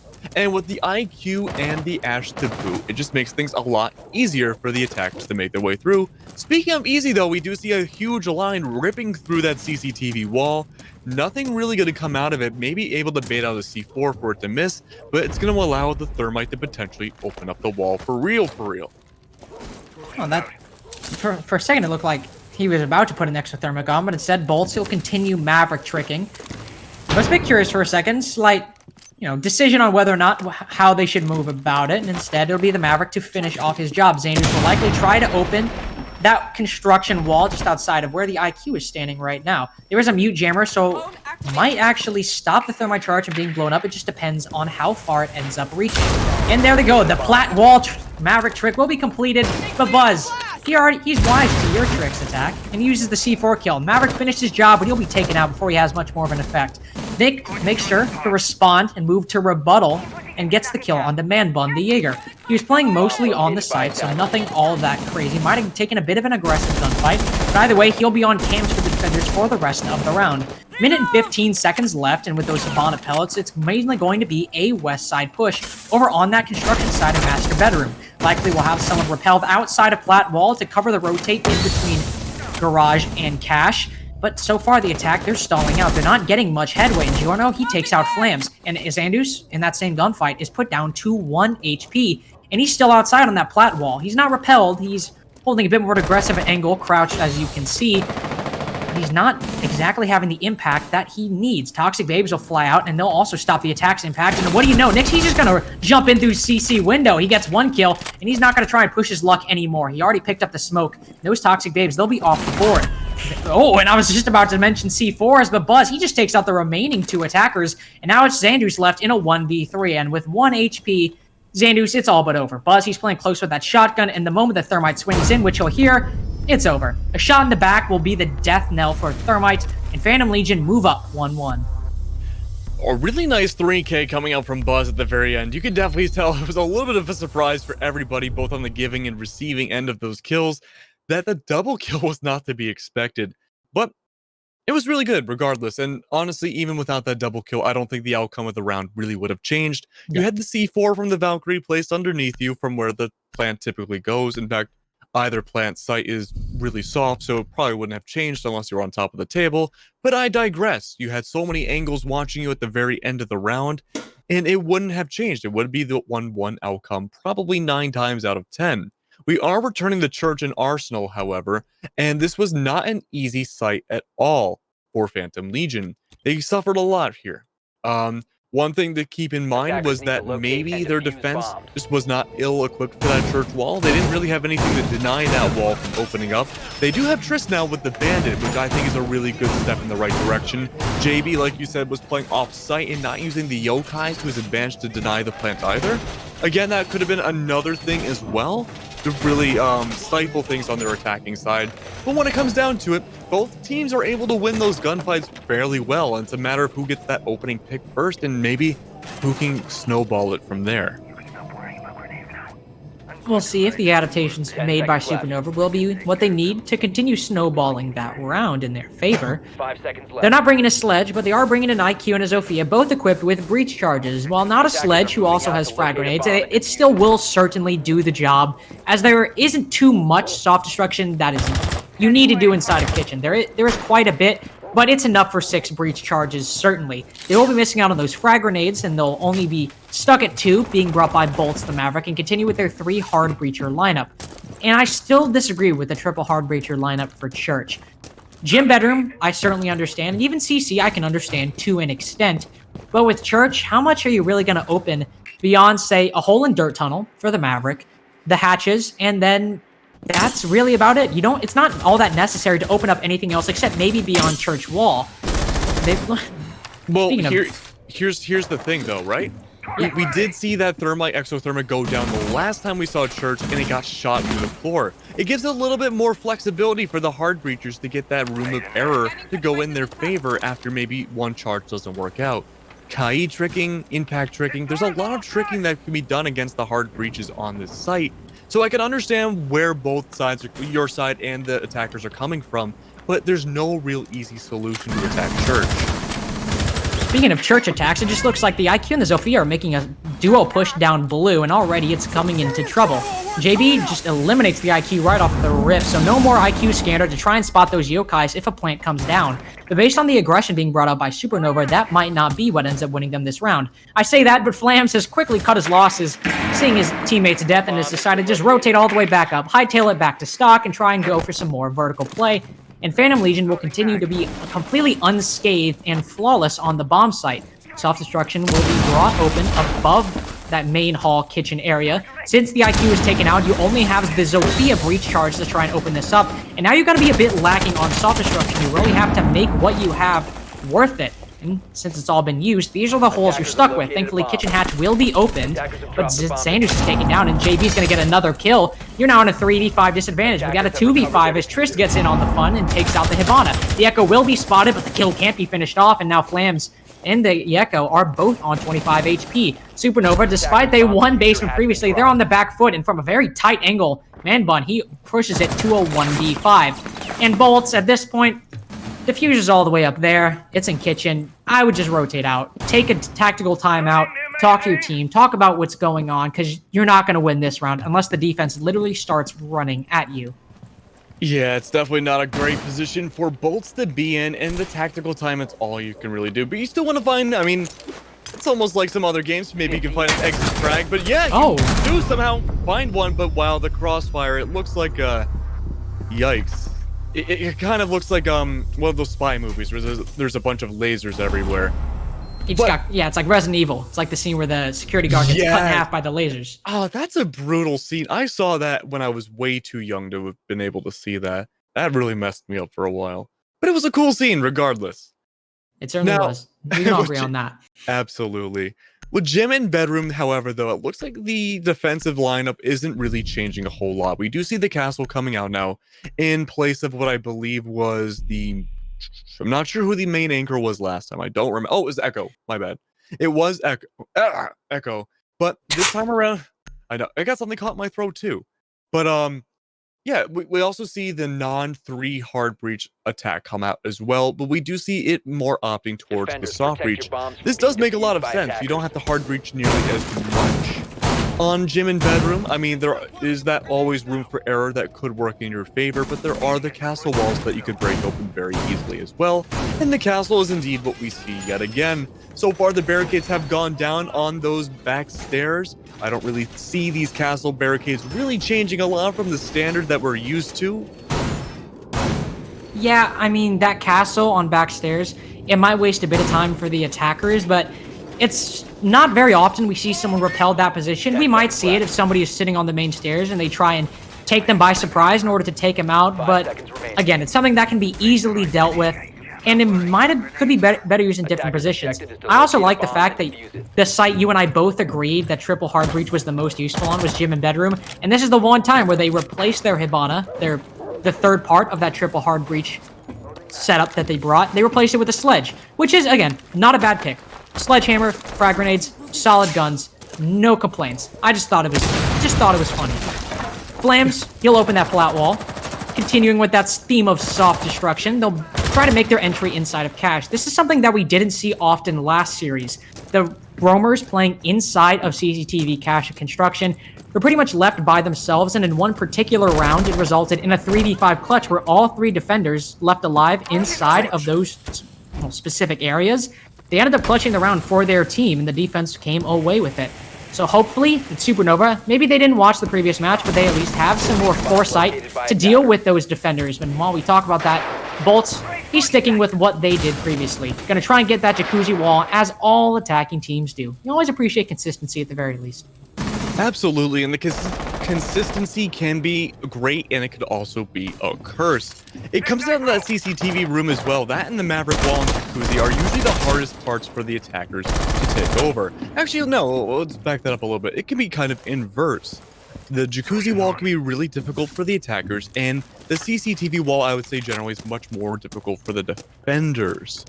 Now, with that being said, already we see that CCTV wall, the initial one, already open, and we're at the stalemate we're oh so used to. There's 2 bodies inside CCTV, so it's a matter of whether or not that thermite wall is going to open up and what the Zofia can do from below. Oh, I'm sorry, that's not Zofia, that's IQ. What she can do from below. There's going to be some gadgets inside there. It looks like some ADSs potentially. But is it going to be enough to really stall out that CCTV defense and push them back onto site? That's the million-dollar question right now. But so far, the defensive lineup just holding their angles and waiting for someone to push, and someone pushing indeed. That's going to be Nick again with the double kill, always privy to do so, is going to be finding all the CCTV people and absolutely slaughtering them. That's going to allow the IQ to push onto the site now relatively uncontested. And now we have the dual push coming out from bathroom as well. The defenders are displaced in a very bad position all throughout. Oh, almost a great shot by Maverick is countered by a great shot by Tristan the Bandit, who picks up 2. Almost 3, but it's Giorno to be the one to kill. Oh, not even the attacker inside of Logi. That one is still alive. Not for long, though, as he gets put down. That's Zofia. She can withstand, and as Xandus takes out 1, it's now in a 2v2. Make that a 2v1. As Trist, he's trying to do his best Snake impression and his best Merc impression. Try and crawl through that bomb site, and Flams, he wraps it up. It looked like Supernova was losing the round from their grasp, but they managed to pull it back. And they even at 2-2.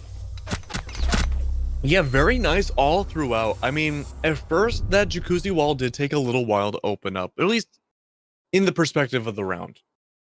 Luckily, though, what was nice about the Maverick taking a little bit longer, I don't think that was because of a lack of skill or anything. I honestly think that was intentional stalling, because it allowed more time for the CCTV people to push in and Nick to get that double kill. Because a lot of the defensive team was really focused on that jacuzzi wall. You could see a whole bunch of different people placed around logistics, those back stairs, inside gym, all waiting for a gigantic rush. So maybe the comms weren't there for that CCTV push, or maybe the comms were there, but it was just severely underestimated. But we're returning again to CCTV. Last time we had seen CC, it was a Phantom Legion win. Attackers need to locate and defuse as many bombs. You never know, it could be changing around. It's been going literally back and forth so far. Super did win the first round, and then it was Phantom Legion that won the 2 afterwards.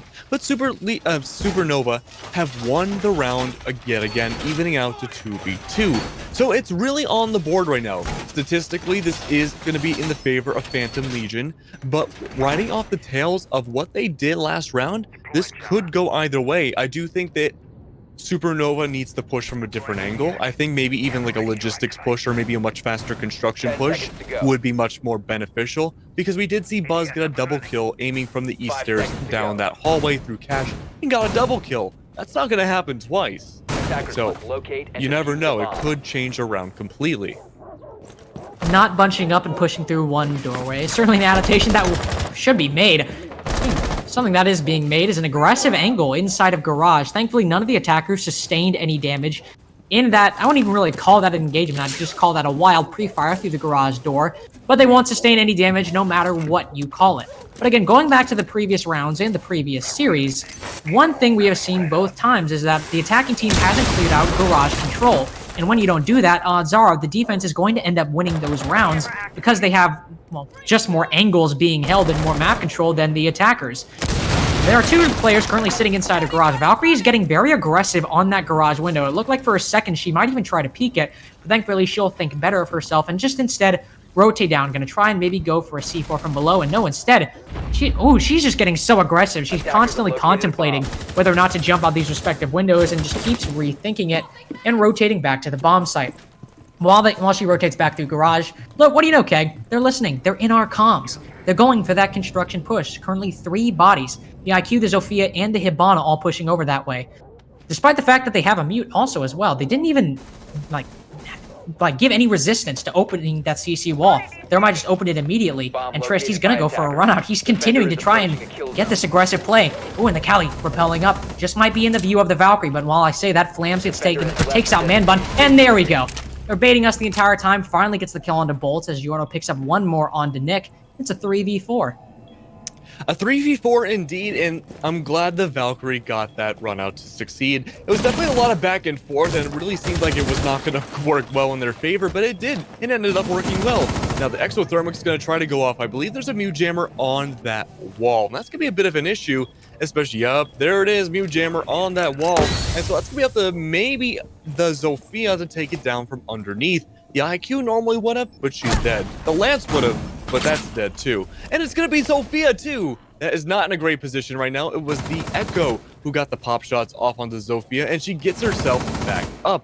But it's going to be the smoke that goes down next. The Zofia charge going down, potentially getting the Mute Jammer. The answer is no, but now I believe yes. That Mute Jammer is now down, and that's going to be allowing the wall to open up. No more bunching through the doorways, as Lynx eloquently put it. No double kill potential coming out from Buzz, who, by the way, I believe switched off the smoke into the mute, and they switched spots.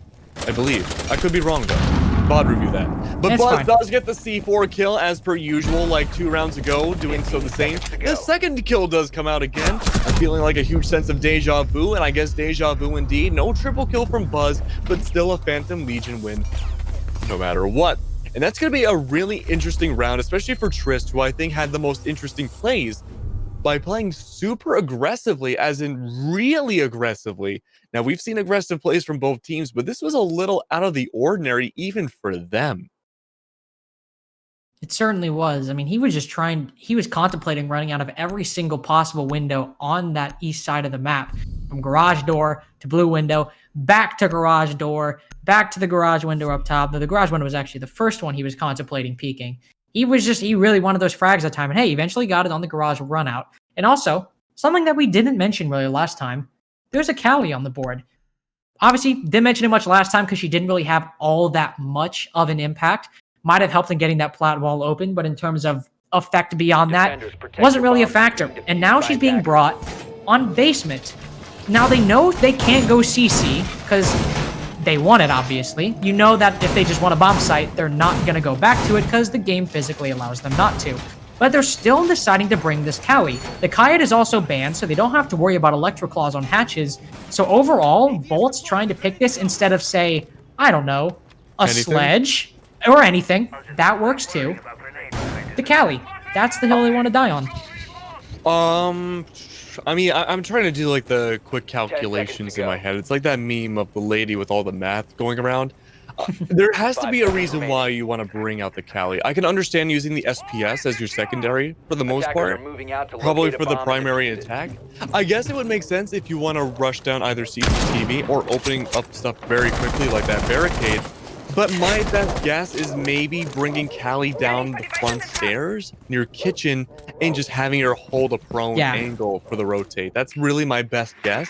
That was unless you want to chill at landing on blue and maybe try to hold a really tight angle all the way into church in Moto, maybe? That's what it'd have to be, just holding a long angle of some kind, because other than that, or maybe using her lance to destroy shields, which there is only one of on the defense, and you also have you don't even have a Zofia, you have an IQ, who, as we're talking about her, is unfortunately dead. So you want to be able to spot those yokais, and I believe, no, Bolt's still carrying breach charges. She's now the main self-destruction for the attack. So hey, Kali, her usefulness just shot up about 50%.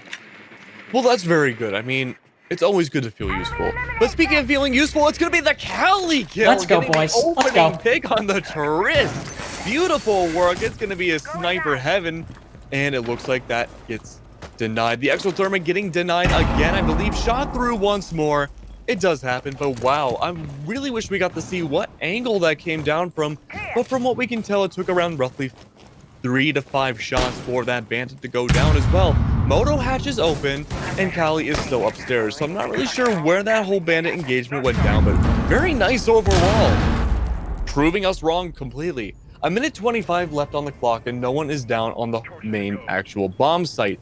It's going to be pretty much a standard hold right now. Buzz is chilling near the service area. It's going to be near blue and waiting for anyone to peek up from there. But no, there's absolutely no contest on that eastern side of the map. It's going to be the Callie and the Hibana that drop into Moto, and really the only competition on that site, I believe, is the Echo. Other than that, almost everyone else is either on the B site or Arsenal or off site completely. But with now the time still ticking down, there's a bit of a stall going down, and the drone game is live. Finding out that there's not a lot of operators on the site. Actually, no, I stand corrected. There is the Jaeger as well, holding an angle right behind the chassis. That's going to be a tight angle for the Hibana, trying to find those opening pop shots, not able to secure it. In fact, neither of the two parties were able to secure it. And it's going to be Buzz who takes down Bolts from behind, it seems, in the flank of a Sentry. And Buzz is just on fire right now, going 8-2 this round so far. Never mind, going 9-2. Beautiful work. I don't know what 9 divided by 2 is, but it's, I think, 4.5. It's not an even number. Not an even number, fantastic all throughout, and it's going to be Man-Bun who helps secure down Xandus, and the smoke grenade in tandem with JB take down Slam. Phantom Legion now. Phantom Legion taking down 2 rounds in a row, and looking like maybe the operator lineup for the Supernova side was not the most ideal. The Callie did get the opening pick for, against the defenders, so that's good, but other than that, we really didn't see a lot of utility expenditure that made a lot of a big difference. Yes, the Lance did open up Church Wall, but they still lost the round, and we didn't really see that get taken advantage of. We just saw 2 out of maybe the 3 remaining left of the attackers just walk through the main doorway anyways. Also, if your whole worry is getting some of those walls open, the top of that church wall is soft. You can throw some flashes, throw some frag grenades over there to destroy the utility behind it. As so often, you see defenders do the opposite. They shoot a small hole open in the wall, then they use it to toss a nitro cell over the wall onto the bottom of the main stairs. You could have done the opposite with, say, if I were to just pick an operator out of the entire pool, we'll call it Sledge. We'll say Sledge is in the lineup. You could have cleared out the ADS if there was one behind there, and then used the frag grenade to take out the mute jammer, and bam, wall is still open. Except on top of that, since you've now brought a Sledge instead of a Callie, you can open up so much more in top of Kitchen, the hallway outside of Kitchen, and you have 2 frag grenades. Sure, you've used one for the mute jammer in this scenario, but hey, you've still got one more, a backup in case it doesn't work, or one to try and kill the defenders with. So that just goes to show the lineup coming out from Supernova, that attack, in that entire half, it was just lacking in some cases. Thankfully, on their defense, it's not looking like the same story. Echo and Valkyrie, Smoke, Jaeger, Legion, Keg, this is all pretty standard, and it's all very useful. It is pretty standard, and I think it's a much better improvement than we saw on both attacks and defenses last map as well. We saw a lot of experimental strategies come out from Supernova's side. We saw the Clash. We saw a living room for Phantom Legion, I believe. And so it looks like each team is taking things, albeit a little bit more seriously, a little bit more cautiously as well, playing about how they want to play on Clubhouse. Now, keep in mind, Clubhouse is a very well-documented map, and so is Villa, but I would say Clubhouse still has the leg up on it. Now, of course, as we say that the roam clear does come out from Trist, not going to find a whole lot because I don't believe there's any defenders upstairs. But that's okay. Still finding out, taking over that map control, and in fact, there are no defenders upstairs. They're all going to be playing down below. I don't believe there's even any on the second floor. There might be the Valkyrie, but the answer is going to be no. It's a huge turtle defense. We do see one inside dirt, but it's going to allow mostly to have a lot of map control in Supernova's favor. The only real issue outside of the actual bomb sites is going to be that Jaeger being played by Flams, who is watching Generator against Man-Bun the Zofia. Now, for whatever reason at all, Links, we have been seeing this Jaeger-Zofia Generator dynamic happen so many times specifically on Clubhouse. Well, I mean, it checks out. Jaeger's usually the operator that plays behind Generator, and more often than not, it's usually either a Zofia or a Capital that is the one tasked to push them out. You've got the Firebolts on Capital and the stuns for Zofia, and that's probably the best utility to do that job respectively. Oh. Speaking of doing their job respectfully and correctly, Triss he's got the G8, he's got blood, he's hungry for it. He wants those kills, and he's just gonna get fragged immediately. Didn't even drone out the Valkyrie, I should say, that was playing on the bottom of main stairs for pretty much the entire round, so that's a bit of a misplay, to say the least, and he'll be absent for the rest of the round. He did manage to get one yokai, so it wasn't entirely all for naught. And while he did end up getting fragged, that is pretty major. Taking out one yokai could spell the difference in terms of where they decide to get the plant down. Getting the plant down is going to be a bit of a tall order now that Man Bun has been taken out by Nick, the Valkyrie, who is still sitting uncontested on those bottom stairs. She's now at 1 HP, so a rotate back to site would be the smart move. But on top of that, there's also a defender going for a flank up top. JB gets one, but again, there's one rotating through bar. Not entirely sure what the defender is. And yes, it's the Jaeger. And as I hype him up, he just immediately gets fragged by the Hibana. So good on the flank watch coming out from JB. And it is now even the man count 3-3. It's a push down main stairs to be the last one. Actually, down kitchen hatch, I should say. 2 refrags come out. Sirius and Buzz both get kills of their own, but the defenders, they're stuck inside of church. But the yokai, he still has one. Can he get the denial? Yes, he can. No, he can't. He's too far away. And as Xandus gets taken out, the Echo has got a result on his MP5 SD to make it work. And he just cannot. Buzz takes him out, and Phantom Legion, they move up 5-2 on Clubhouse. That really looked like it should have been a Supernova win, so what? I mean, that Sonic Burst, both just of them. Just too far, like, man. It's just, it was too far away. Oh, the sledge may have blocked it as well. I didn't think of that until now, but yeah, it could have been a block there. But even then, you know, I'm not much of a Sonic Boomologist. I would think that maybe it would be like a AoE effect where it would have still affect the Echo. But even then, I'm sorry, not the Echo, the planter. But even then, it looked like it should have connected. So in the end, we may never know unless we saw the perspective or find out from the perspective of Supernova. But overall, we will be moving on to Church, and this is an important round because if Phantom Legion can win this next round, they will be on match point. Now, keep in mind, Supernova did make the comeback victory on the Villa, so if Phantom Legion does bring it back, we will be going to map 3. But if Supernova, possibly from the brink of death, 2E5 right now, brings it back, then we could potentially end it here tonight. True. We could end it here. This could be it. This could be it. We'll see. Call us Michael Jackson's last tour because this is it. That was a hell of a reference right there. I didn't even get that for a second. I'm gonna be honest. I didn't even know what Michael Jackson's last tour was until you said that. That was really it. Speaking of it being it, I don't think this lineup from Supernova is it. Attackers must locate and get it? defuse a Because bomb. I should stop making jokes. I should just stop. Thanks, Keg. Appreciate it. I got you. Got a lot of groans from the audience, I'm sure. But no, in all seriousness, Sirius has moved to the dock, and there's no longer a Valkyrie in the lineup of Supernova, which is a bit curious considering the fact that Nick did get a double kill last round. Now, you might be saying, oh, that's not entirely because of the Valkyrie. And sure, that probably is true. But those are still 3 black guys that you have now replaced with a Doc, who, not to say is completely useless. I don't know, in terms of the trade-off, Doc is much more situationally useful than a Valkyrie is. You've got that ACOG that can contest long angles, but the Kali was brought last time on Supernova's attack for a similar reason, and we all saw how that turned out. I'm sure it's more advantageous on the defense, holding down Oil Pit, or maybe in Dirt Tunnel. But again, the Doc to the Valkyrie, I'm not entirely sold on it so far, and that also means that there are now no C4s on the board for Supernova. And on the basement bomb site, you need those C4s sometimes. Absolutely, and I do want to touch upon Buzz really quick because he's going 12-2, and that's probably about to turn into a 13, all things considered. Buzz right now tracking down along with another attacker. Someone, I believe that's going to be the Jaeger. Flams inside of construction right now, completely pinched out, nowhere else to go. 3-way prong. He's against the Hydra right now, and the Hydra eat him alive. That's going to be Man Bun taking down Flams, and that's going to be one of your top fraggers, actually, going down immediately. And that's not a good look, because that was probably your primary roamer as well. Now, with that being said, it looks like, I believe that's going to be the Yokai. Yep, he's detecting the Echo on the Yokai from below. But luckily, that's not a soft wall. You can't kill him from below. That's perfectly fine, but that's going to allow the soft breach to completely open up kitchen. Now, I believe the kitchen hatch is currently open, and this is a lot of ample opportunity for vertical play for those attackers. They have the man advantage right now, and they want to run away with that. Make it more of a man advantage. Take away with it.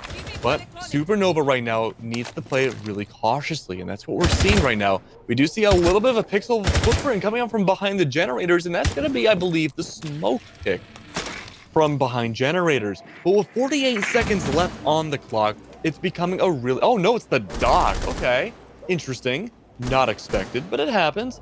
But with that being said, it's going to be a complete turtle defense. You got to hold all the angles you can, because if you can't win this round, then it's going to be either forcing overtime, or it's going to be a match point for Phantom Legion.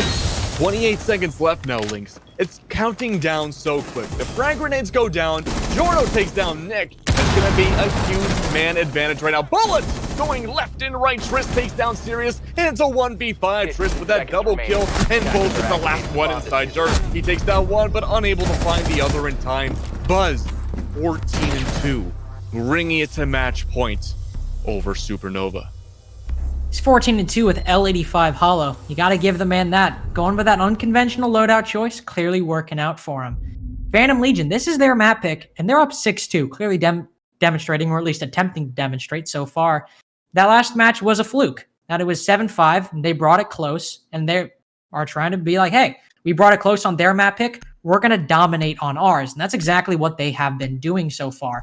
Ending 2-4 on the defense isn't all that uncommon, but they have just been running away with it on attack. And it has just been the Phantom Legion show for the entire time. And Supernova haven't had much of a say in what's going on. They've gone basement twice, and now they'll try and go for CCTV. And with this same lineup, I don't see any, major problems so far. Well, I think this is the first time he's been brought out. So at the very least, one of the only times he's been brought out, if I'm not mistaken.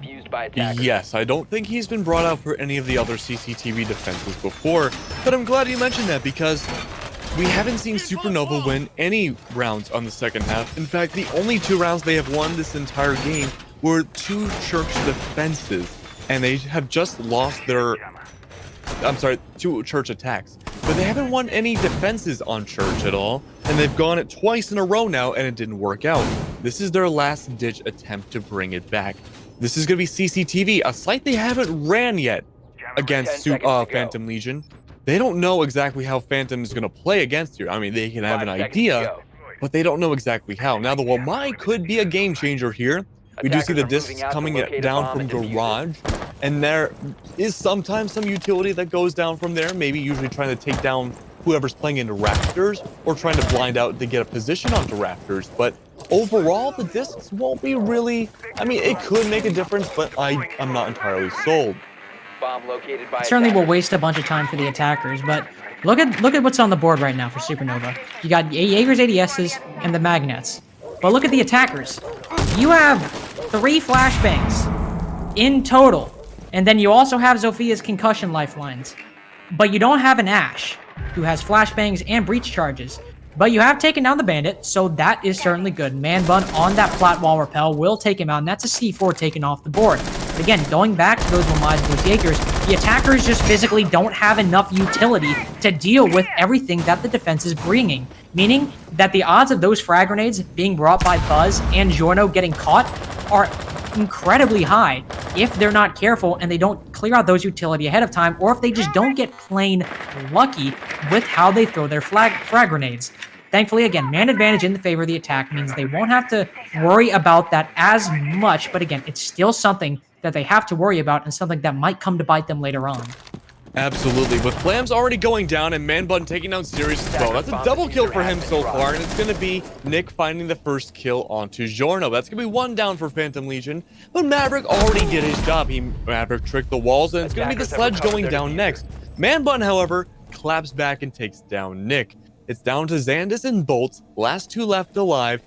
1 C4 on the board, and you do have the rifle from the Jaeger, but that C4 is going to be all terms and purposes a complete waste. And the 2 defenders grouped up together as well is spelling doom for this defense. It's a 3v2. Yeah, it's a 3v2. However, it's not all for naught. There's not an overwhelming amount of attackers on the board, so anything is still possible. But from Rafters right now, we are seeing Xandus hold the angle, but it's not as much of an angle as probably he had hoped. It's going to allow the JB to be completely free.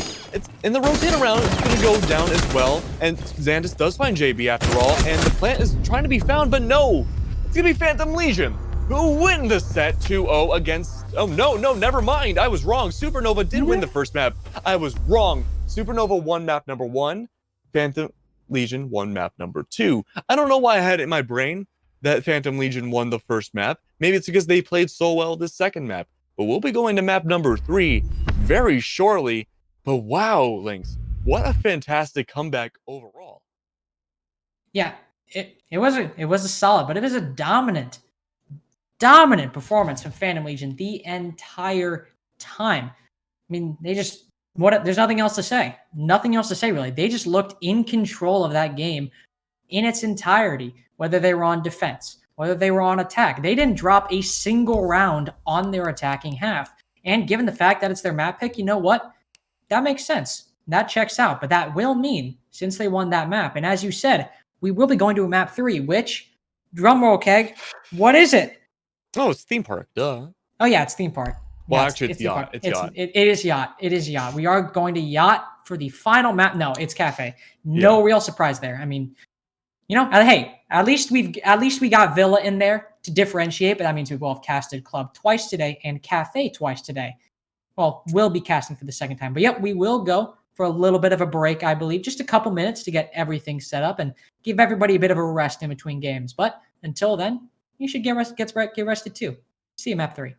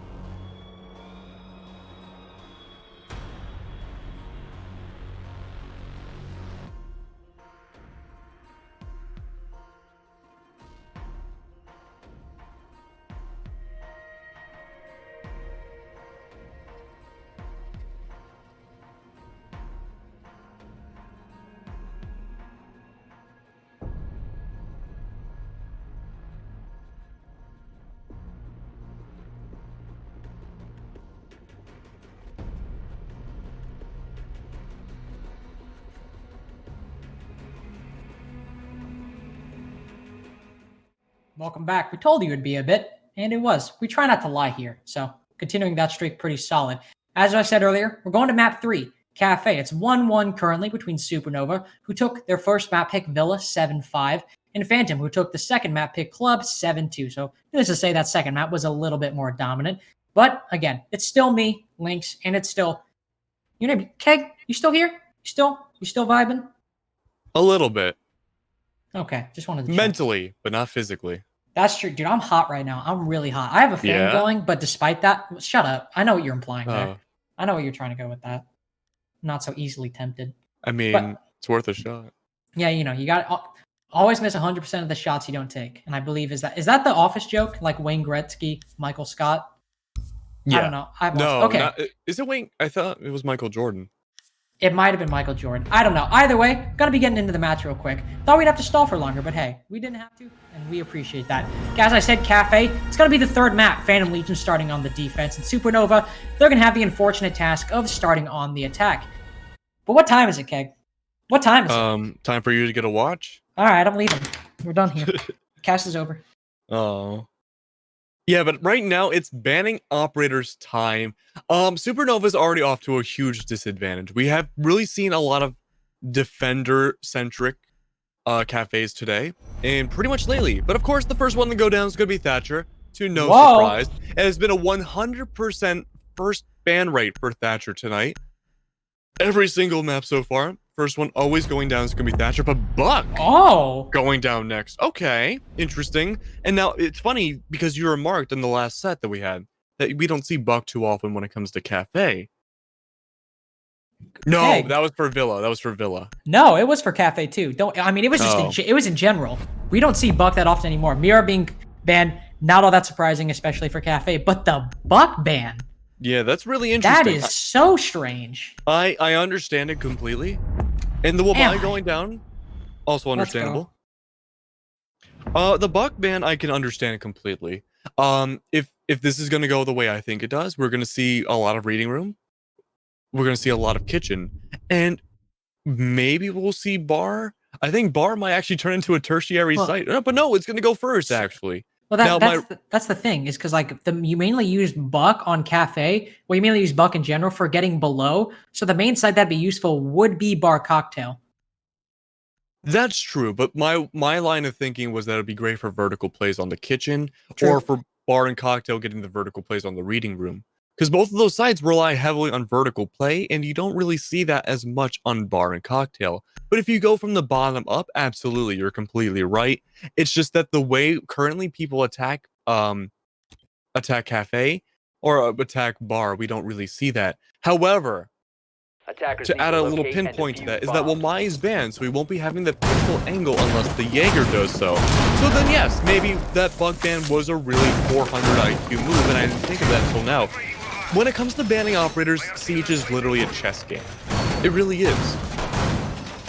There is a lot of it. It's kind of outthinking your opponents with bans and 6 picks. And even beyond chess, it's just reading into your opponents, strategizing, and trying to make the right move before your opponent even has the chance to make theirs. With Bar Cocktail being the top side, Wamai being banned, Supernova, obviously, they're going to play the Capital because nothing can catch those firebolts or those smoke bolts.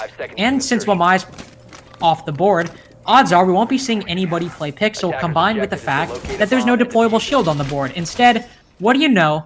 It's our favorite meta that has gained a resurgence, especially in ESA recently.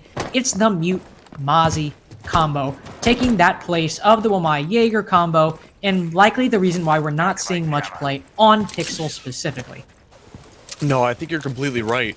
And when it comes down to the Mute Mozzie combo like we saw in the last set between Going Nuclear and Revenant, we actually saw the Mozzie put in a lot of work with those C4 kills from inside of Train. Now, will we see that again with Buzz? Honestly, probably so, because Buzz did go 14 in like 4 last map. He did really well. Did very well. Crazy amount. Insane. Pure insanity.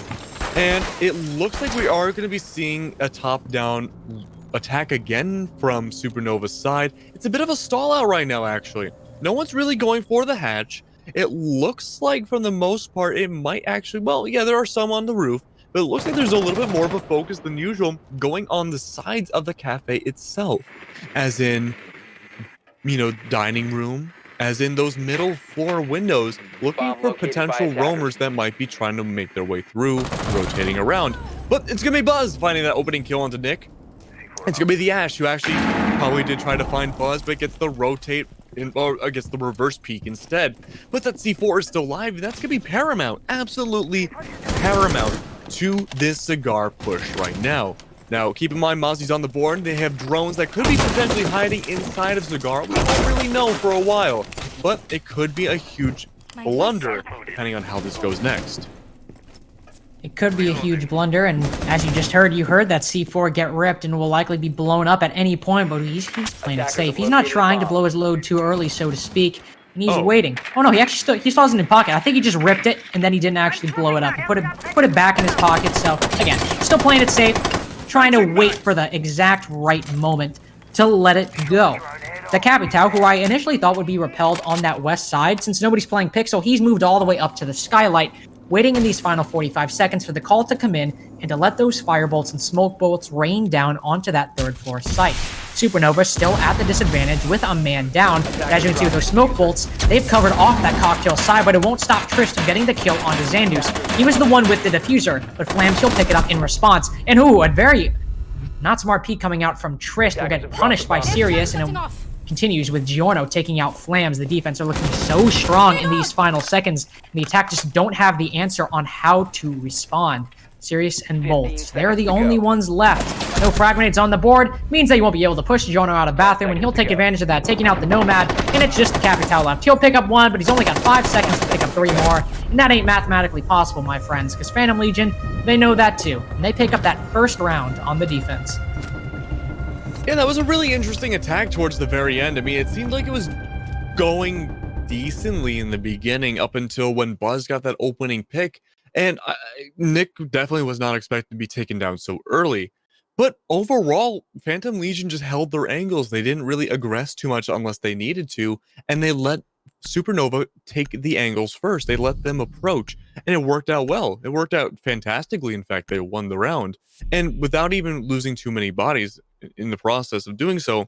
But now here's where the real fun begins with the lack of vertical plays. Potentially, we do see Kitchen coming out again. Now, Bolts, interestingly, is bringing out the Nomad. If the last set from tonight is anything to go by, the Nomad's kind of a bad luck charm.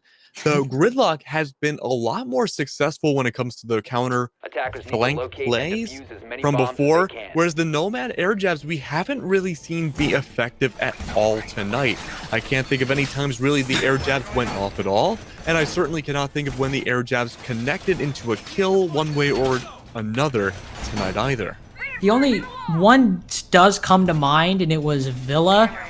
I don't remember who was playing it, but there was a Legion that tried to run out bedroom door, or tried to run in from Trophy into bedroom. They got hit by a Nomad, and the Nomad refragged. But again, that's only one kill. I also can't think of many times where an air jab was all that effective. One reason for that might be, a while back, they added a little bit of a delay to the air jab before it goes off, and now sometimes if you go up to it, you can just angle yourself to where you see that yellow light, and you're able to shoot the air jab before it goes off and end up getting and pulling off that flank. Gridlock, she's a bit different. You take those track stingers, you throw it on the stairs, and the only way to stop it from going off is if you shoot that initial projectile that lands onto, say you're on red stairs, you throw it down from the hatch. If a defender's on the second floor and they shoot that track stinger projectile, it'll stop deploying. And that might be the reason, because if they're not able to shoot it, it continues deploying, and you don't have to worry so much about it getting shot. Lambs, though, he's also not worried about getting shot. He made a very aggressive push into Small Bake, and as the wall gets open behind him, he'll back out and move over to Small Bakery. Prep, I should say, was the initial place he made that aggressive entry. But he will move to Small Bake and be sitting watching flank right now. It's a bit odd that the sledge is currently just sitting on the bottom floor, but as you can see, he's making that rotate up, almost as if he read my mind to try and start opening that stealing. He will have to deal with one defender in particular, currently plating over by Tran. I believe that's Buzz on the Mozzie. I'm not entirely sure. His outline, he's hunched over right now, so it's a bit hard to predict and tell exactly what he is. But if that is the Mozzie, he likely has some pests around him, making it hard to spot him out. That won't stop Flames from trying to take him out. And down below, Giorno will eliminate Nick on that vault. A great shotgun hole placement below that mining window. And Phantom Legion, for the second time in a row, they're starting off on the right foot. Absolutely the right foot indeed. Buzz is going to take a little bit of damage, however, but going to come out on top. Nick takes a lot of damage, so much so that he dies from below. The mute jammer goes down, thankfully. And I did want to mention really quick that we even saw a Gridlock Spike get a kill earlier, which I thought was pretty cool. Like 1 in a million chances. But now the vertical play is in effect. No buck on the board, so you have to rely on a big old hammer to do all the job. But there we go. Attempted headshot coming down. But no, it's going to be Flames in retaliation, however, from Trist, who gets the pop shots off from above. But as all this goes down, we're seeing a very bright horizontal play coming down from the attackers. The bakery wall is open, and all the defenders are forced to the back of the kitchen. They're forced to the back of lobby as well. 50 seconds left on the clock. But so far, no one's able to find any shots on each other. Of course, like magic, as I say that, Buzz does find Flames from below going up, and your vertical play is dead. Ginorno, however, takes down Bolt as well, but Xandus gets the refrag onto Trist. You lose another one, however. Giorno doesn't care. No. Giorno get kill, and that's going to be a triple kill from him in round 2. Fantastic work going around. And it goes to show Buzz did a fantastic job in the first game, and so far Giorno has been showing up and stepping up quite a bit this one. Bit unfortunate that he was just playing directly in front of that reinforcement. The attackers just weren't able to land the shots necessary. He was just a bit too elusive on that mute for them. And as a result, look at that. It was such an easy round for Phantom Legion. Almost looked like it took minimal effort. The attackers just kept walking into their crosshairs. And aside from maybe one engagement or two, it was their round the entire time. That lineup has really been working well for them. That core of that Mozzie, Mute, and Valkyrie, though it's mainly been the Mozzie and the Mute, I feel like have been the mainstays so far on this attack, have also been the main players getting kills. Giorno obviously showed up big that round, and Buzz as well has been another great fragger for his team, using that P10 Roni to great effect. Now, if you're on the defense on Cafe, you're going to be feeling pretty solid being up 2-0, but you still have one more site to go to. And since you've won Cocktail and you've won Kitchen, it's going to be Reading. We did see Valkyrie last week in Champions actually play the mining side on Cocktail twice, and they did win it both times. So I was hoping maybe we'd see somebody this week take a page out of their book and try something different, but rather Phantom Legion stick to what they know than trying to take a risk on some bomb side. After all, we did see that on Villa with Living Room, and it didn't exactly turn out too well for the team that defended it. Located a bomb. Yeah, absolutely. We saw a lot of reading room plays that just did not pan out very well. It actually went really well in the attacker's favor for the most part, I would say. 5 seconds left. But we've been seeing a lot of interesting different attacks. This has been the most varied. Attackers are heading It's out to varied, defuse the not bomb. variety. But it's been a varied attacking style for how you want to approach reading room. A lot of teams like to go top down. But we've seen some starting to employ a bottom up maneuver, and some in a split push also. Either go bottom up while simultaneously taking a horizontal path. But it's the horizontal path we may yet see again. Flam's opening up the wall into mining, I believe. And it looks like we're going to see top down as well. Now this is important for the map control and getting the roam clears down, and Trist finds Flam, so maybe that horizontal play was in fact not the play after all. But with 2.5 minutes left, there's still plenty of time for the attackers to get their footing together and get their way onto the site. It's just a matter of actually doing so. The air jabs are going to go down from what looks like to be the top of the hatch. Not sure if that was a misplay from the Nomad or just trying to be sneaky about it, but the Mozzie's going to be hiding down below. Oh my god. Piano, and he gets the kill. Buzz taking down Nick yet again. That's going to be a little bit of a rivalry going on between the two, and it doesn't end. That's C4. I don't think we've seen Buzz use the C4 yet, but funny enough, Lynx, he's 4-0. He's been doing the work for his team so far, and sometimes if you want to get those frags, you got to go for the rat play. That's exactly what Buzz will do. Man Bun will try to continue the Mozzie's work up top all the way on that Cocktail side. Some shots will be fired down onto Xandus, though none will find any purchase on the Thermite. And as a response, Jaeger, he's just rotated back down. He's on the site now. Might go for a flank up White Stairs later, but for now, he'll remain down there. Sirius down there as well will take out JB, the Goyo. Oh, he's actually not down there. They might have been through the floor, I'm guessing. I'm not entirely sure, as the Goyo must have rotated or tried to rotate up somewhere. But either way, that's C4 taken off the board. An important piece of utility if Supernova want to try and bring this man advantage back. They are walking, as I was about to say, they're walking on soft floor right now, so a C4 would be primed to take out one of them. And Giorno, he does it before I can even get the words out of my mouth. One more attacker gets taken down. Another flies out from Buzz, but it won't be as lucky and as impactful as Jorno's, but it's still a 2v4. You can afford to make a mistake every now and then. Sanders, he tries to bring it back, getting the kill on DiGiorno, the one who felled his teammate just a few moments prior. You've started to bring it back. You've started to regain some momentum. You still have a lot of room to go, especially if you're the only one left. Trist takes out Sirius, the Capitan. No more smoke and firebolts to set up those executes. And Trist, he just goes for the crouch peek, the aggressive play. And Xandus just does not stand a chance. He ain't ready for it. And Phantom Legion, they're just continuing to look so dominant on Cafe, as it's been flawless so far. They've completed the perfect cycle. Dominance is the name of the game. Yeah, actually, very true. We don't see perfect cycles too often, but something interesting to note is that the Mozzie, or Buzz, if you will, has been getting so many kills, but not a single one has been a C4 kill. Yeah, he's been running the C4 every single round and has not even detonated it yet. Now, we did see 2 of those 3 go down. Maybe he got one last round. I could be mistaken. I'm not sure who took down the Nomad. He blew it last round, but he didn't get a kill. The Mute took down the Nomad. It was the Mute. Okay, from my I was thinking about the kitchen side where 2 of the 3 were used and Buzz was the last one, so I do apologize. But the idea still mostly stands. Buzz right now, 4 rounds in, not having a single death so far. But of course, that's not the only amazing accolade going on Phantom Legion side either. Jorno right now, 7-2 on his team, doing fantastically. And meanwhile, on Supernova, it's not looking as hot, but that's okay.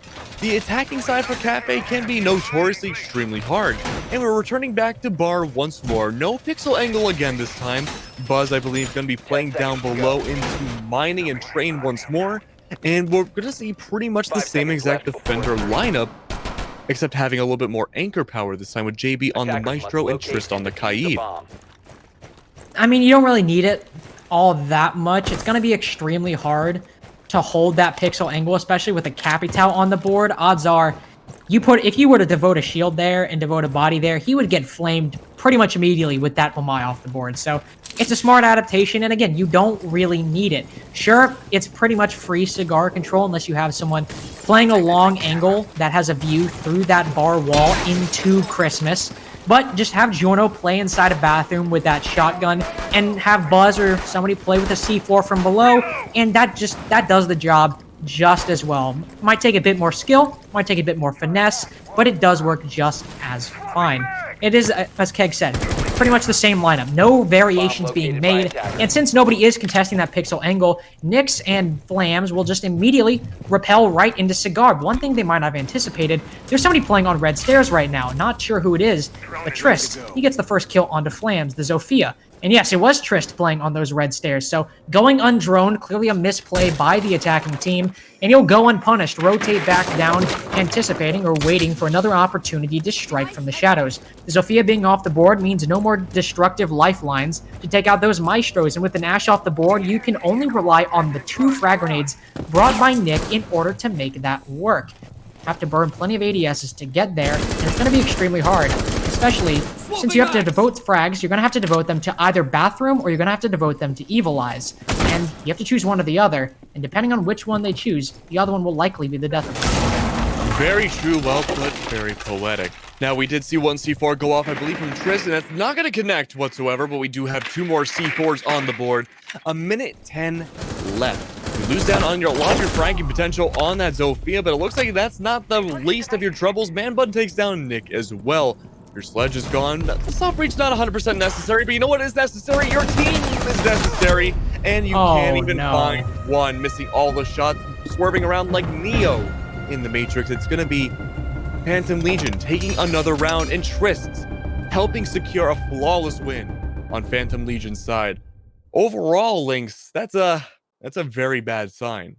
Very, very bad sign. A flawless win again. It's actually not the first we saw tonight. We actually saw Going Nuclear on Cafe as well get a double flawless win back-to-back on their defensive side as well. So maybe it's just a defensive Cafe tonight. It's hard to say, but so far what we can tell you is that the attacking side for Supernova is not working out. Now again, no real change of the operator lineup that we see. Of course, as I say that, the 6th pick into Montgomery Monty himself And so I'm curious about how Kitchen's going to be affected by this play because there's no Maverick. There's no real feasible way of opening up the bakery wall. So maybe we'll see it happen from Attackers need to garage. locate and defuse bombs. Maybe. Or maybe already the stakes are abound. So the only way they really could, Giono, he's still sticking with that mute, as he should. He's been dominating on that mute this entire match. So it makes sense that he would stick to it.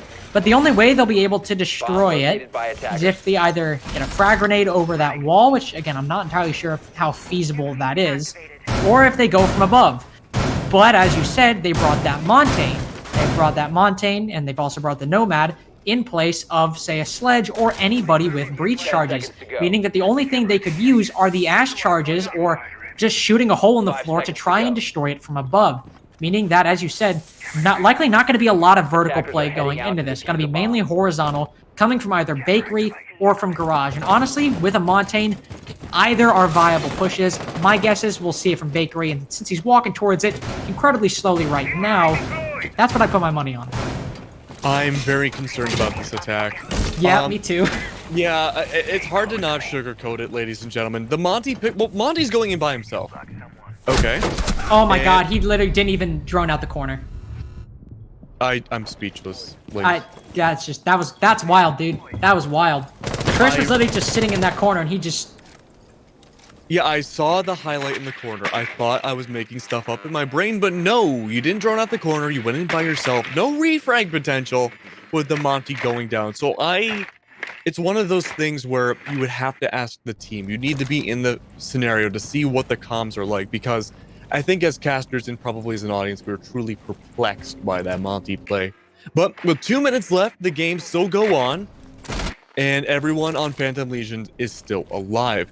Now, Capitao is going to be eyeing down the halls of where Monty's corpse is now currently resting forever and ever until the end of the round. And now suddenly the attackers don't really know what to do. You have a thermite, but you don't really have a great way of opening up this bakery wall. The Mew Jammer will be on that wall 100%. And yes, like Lynx mentioned, you can go from above, take down the Mew Jammer. It's a lot of work, and that's a lot of time going down. Or you can open up Prep Wall, which is a decent substitute, but you have to shove everyone in a small little corridor, and there's some angles up above you. So it's like going down Death Alley. There's no real good... Yeah, it's like going into a microwave. You know, you spin around and around, and eventually you get cooked up. There's no escape. But with time slowly whittling away, it's, again, looking like it's a very desperate attempt for the attacking side. Not a lot of shots going down, but honestly, at this point, this might be already serving as a save, as a tactical timeout, if you will, for Supernova. Talking to their teammates right now, holding angles for what would in other games, like I said before, be an exit frag, but no explosions, no anything this time. It's only a bit of a whimper of what we have seen before in the previous rounds. Trist, however, does not want to play that game. He wants to play, continuing to aggress quite a bit, taking down Nick. That's going to be your soft breach completely gone. Any attempts of maybe opening up that wall from below, gone. But Bolt takes down Man Bun. That's going to be one kill. It's not going to be a flawless one again. Man Bun goes down, but he was playing overly aggressive as well. And that's going to be Buzz. Getting a double kill down the hallway into a triple kill. Oh my god. I wish I could say I was surprised, but Buzz with a triple kill has been unbelievably consistent in all the games that we've had so far. But when it comes down to it, I hope that served as a beautiful tactical timeout for Supernova, because... Dude, I've never seen a team after losing the opening pick just look so defeated in my entire life. I mean, they were literally just like, I think we've had 2 Pulp Fiction references tonight now. They were like John Travolta when he's trying to find where to put his coat down at Mia Wallace's place, like that meme where he just looks confused and he's looking everywhere. That's how the attacking team, that's how Supernova looked once that Monty died. They were just like, what do we do now? That was the whole idea of our push, and he just died immediately. And yeah, they just look like a different team. They didn't even look like a team. They just look like 4 people very sad and confused at how to figure out the situation they've been put in. So, I mean, hey, good job to Phantom Legion, outplaying the Montaigne and capitalizing off of that. And hey, great job to Buzz.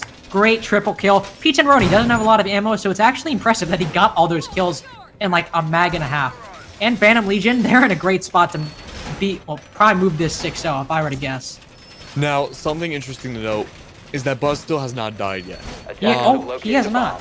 He has not. So let's say they win the next 2 rounds and Buzz doesn't die. This might be the first time in competitive Siege history that I've ever seen someone go completely deathless in a game. 5 seconds. I'm still stuck on the Montaigne. I'm still stuck on the Montaigne, From dude. an analytical standpoint, I get what they were trying to do. I just think their plan was ultimately really short-sighted.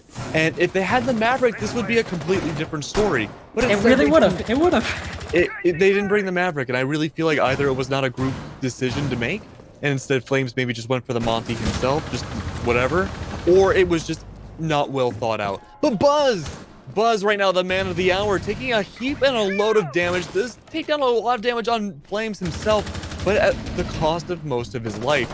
Now, with that being said, though, he has gone deathless so far, and personally, I suppose it's a little biased, but I do want him to remain deathless. I think that'd be really neat to see, but, you know, it will be what it will be. Things will happen, but it is overall, what it is. It is what it is. Supernova right now not taking any bodies down so far, but also not being in Cigar yet either. It is reading room, so a top-down defense would not be the worst decision in the world. Going bottom up, like I keep advocating, is not terrible either. But right now, it's looking like Flames is already just about on the site. The Valkyrie is seemingly blissfully oblivious that someone's about, more than one's about to take him down. It's gonna be Trist right now, who's holding into train as much as they can, seemingly now aware that the Nomad is nearby. But 2 attackers are coming in close for the kill, like lions onto a gazelle looking for that prey. But it's going to be a matter of what this Valkyrie does next. C4 is in play, and hurling one over into mining would not be the worst idea in the world. But like we said, it's a closing situation. The attackers are coming down, and it looks like it's going to be a headshot from Bolt, taking down Trist, but Buzz comes back and takes down Flames, and no! No! My boy! Look at how they've massacred my boy. That's how I feel right now. Unfortunate, but He just looks confused. Oh my god, what? Yeah, yeah, sorry. Just... No, you're completely right. I mean, it's a very confusing situation to be in right now. 4v1 right now, Bolts takes down Giorno, and it's Man Bun down once again. Keep in mind, Man Bun does not win this round. It will be a point on the board for Supernova, but at this point, it was a little long overdone. Dude, now I feel like John Travolta in that meme, dude. Like, I don't know what that round was. That was one of the strangest rounds of Siege I've ever seen. Just to start at the beginning. To start at the Genesis equivalent of that round. We just it started out with Flams just being in 90. For like 20 seconds, he just sat there. No contention. Nobody shooting at him not shooting at anybody. He was just chilling in 90. Mozzie and Valkyrie, they were in pillars and training respectively. Now I figured, okay, here's what'll probably happen. They'll get some info on the Zofia, the Mozzie will peek the Zofia, and then the Valkyrie and the Mozzie will pinch the Nomad. What instead happened was the Valkyrie peeked, Nomad immediately took her out, the Mozzie pushed from pillars, killed the Zofia, and then the Nomad just turned and killed him. And then from that point, just everyone looked confused. No one really knew exactly what was going on. Phantom Legion, I could understand because there was no vertical presence, it felt like, from the attack. Nobody was really pushing upstairs. Nobody was pushing the 2 defenders off of white. They were probably like, well, we expected Cafe to be played how Cafe is played, and they're just not even here. Didn't even show up to the standard level of play we were going to try and do. And then the attack just looked kind of lost as well, but they ended up winning the round. But Phantom Legion are up 5-1 right now. And they're going into their attacking half. This seems like a very similar spot to where we saw last time on Villa, except it was the opposite. Supernova, they were up 5-1. They ended up winning it 7-5. But I think, Keg, you and I can agree, Phantom Legion look much stronger on this map than Supernova did on Villa, despite that. Absolutely. Phantom Legion right now has been looking like a fantastic lineup, all things considered. Buzz and Giorno right now, 8-1 and 8-3 respectively, and that's a really good KD, all things considered. Of course, Trist is up there as well, 9-3, and I think we can excuse Man Bunt and J-Babe. They're playing those supportive roles, so they're, well, normally supportive. Man Bunt is the Zofia, but let's assume here that, you know, everyone's doing their jobs the way they are supposed to in the comms, so there's no real reason to fault them. JB, actually, interesting enough, is 0-2, 7 rounds in. That's very telling. Now, no kills on the board, but still no deaths either, which is not something you see too often. Flames, however, getting the opening pick onto Giorno. That's going to be that 8-4 that we were just talking about and hyping up. going down immediately. But this is a very interesting defense, all things considered. It's your standard castle defense when it comes to bar and cocktail. We are seeing the smoke play on the iron shield, waiting for those people in red to drop, either for the smoke grenades or the shotgun to be used effectively. Now, are there counters to it? Yes. But so far, it's looking like they're playing directly into they're playing directly into Supernova's game. But what's going to happen from here, Link? Attackers bomb diffuser. Well, Nick's gonna get a kill. He's gonna get 2, actually. So that's what's gonna happen. He's just gonna... That wall gets open, and he just decided, I'll peek that. I'm feeling my gunfights today. Haven't been the biggest player so far, and I'll try to bring this back for the team, and he does. It's now a 2v5 that Phantom Legion find themselves in. Something that, going off of this Cafe matchup, I imagine they are certainly not used to. But Buzz, he's still got 1 frag grenade. And Trist, both Trist and Buzz, they have been fragging out. The only one missing from the party is Yorna, who also has 8 kills, tied with Buzz. So this is certainly a duo that could pull out a clutch, but it's going to take a lot for them to make that work. Trist will get the first one onto Sirius. Alibi being shot in the process means he'll be marked, and they'll know approximately or exactly his location. And it's a C4 from below to compound that fact. Sledge will pick up 1, but at this point, it's all but over. It's going to take a lot to bring this back. Buzz, he's got to contend with bolts, close quarter with that shotgun, and he just does not have the guns to pull that off. He's got the SMG-11, but again, it's a shotgun close quarters. What are you going to do? He'll pick up Diffuser, taking a little bit of a step further to try and bring this back. He's going to cook another frag grenade through the drone hole. Oh, but you miss. That's just been this round in a nutshell. The missed frag grenade through the drone hole. Continue to try to make a stage on new balcony, and it's not going to happen. There you go. That smoke I was talking about will finally get the kill onto the sledge. And Supernova, you take your first round in a while. Congratulations. You still got 3 rounds to go before you even it out. Absolutely. Supernova right now winning 2 rounds in a row, actually. Winning the very last round on the first half and winning the first round of the second half. That's actually really, really good for them. Really good. They won a defensive round, which was good. Now, statistically, they were on the wrong side, if that makes any sense, for when switching the halves. You want to go for that 4-2, but unfortunately, they got the 1, and now they have the 2. It's a 2-5, however, though, so even statistics aside, it's still going to be very much so in Phantom Legion's favor. But we are seeing a 6th pick away from the Valkyrie to the Legion on Supernova's side, and the Sledge going to the Nomad, interesting enough. Now, like I said, Nomad is like a bad luck charm when it comes to Cafe, I feel. The Gridlock has had more consistent and, frankly, better results, all things considered tonight, but the Nomad has a good job as well. The air jabs can be really effective when used. Unfortunately, they're just not used very often. Now, with that being said, though, however, we are seeing the kitchen once more, and the vertical plays I'm expecting to be highly used. We do have the Maverick going down, we do have the Thermite ES, but we also have Man Bun on that Zofia, and I'm assuming there's going to be a lot of vertical play to play on top of the fact of where Supernova was lacking on their own attacks. So, just this entire map, there has just been a distinct lack of vertical play overall, it's felt like, which makes Supernova's buck ban especially confusing. Well, not necessarily confusing. If they're trying not to go for vertical play, maybe it makes sense. It just feels so weird, looking in hindsight with how this match has been played. I figured maybe we would have seen more Sledge, but even then, we've barely seen any dedicated vertical play operators come out. And if we have, we haven't seen all that much of them. I started thinking about that ban again, and I don't see the impact of it. I still don't understand why Supernova. It has to be a target ban. That'd be my only guess, but again, as of right now, I'm just overall confused about it. And going into this round, is it really necessary for Supernova on your defenses? Is that the thing you need? Looking at their lineup so far, I don't think the buck ban is worth it, if this is how they're going to be playing. I mean, yeah, I completely see where you're coming from, but the buck ban has been doing its job as well. There's been no vertical play. True, fair point. No buck, yeah. So, I mean, overall, I think Phantom Legion, that was a really... Well, I don't recall. I believe it was Phantom Legion's ban. It was Supernova's. It was Supernova's. So, like, I get it. I do. I think that benefited Phantom a lot more. But overall, I do think, you know, the distinct lack of vertical play has been noticeable and hasn't really gone in Supernova's favor. So I do think it was impactful. It just wasn't impactful for them. But But all things considered now, we are at a minute 28 left in the round. The walls are going to be opening up in Bakery. The prep wall, I do not believe, is opened up. But huge sight lines going into the Bakery right now is going to be a huge, pretty much like a trench inside a kitchen right now. Just like a firing squad lined up.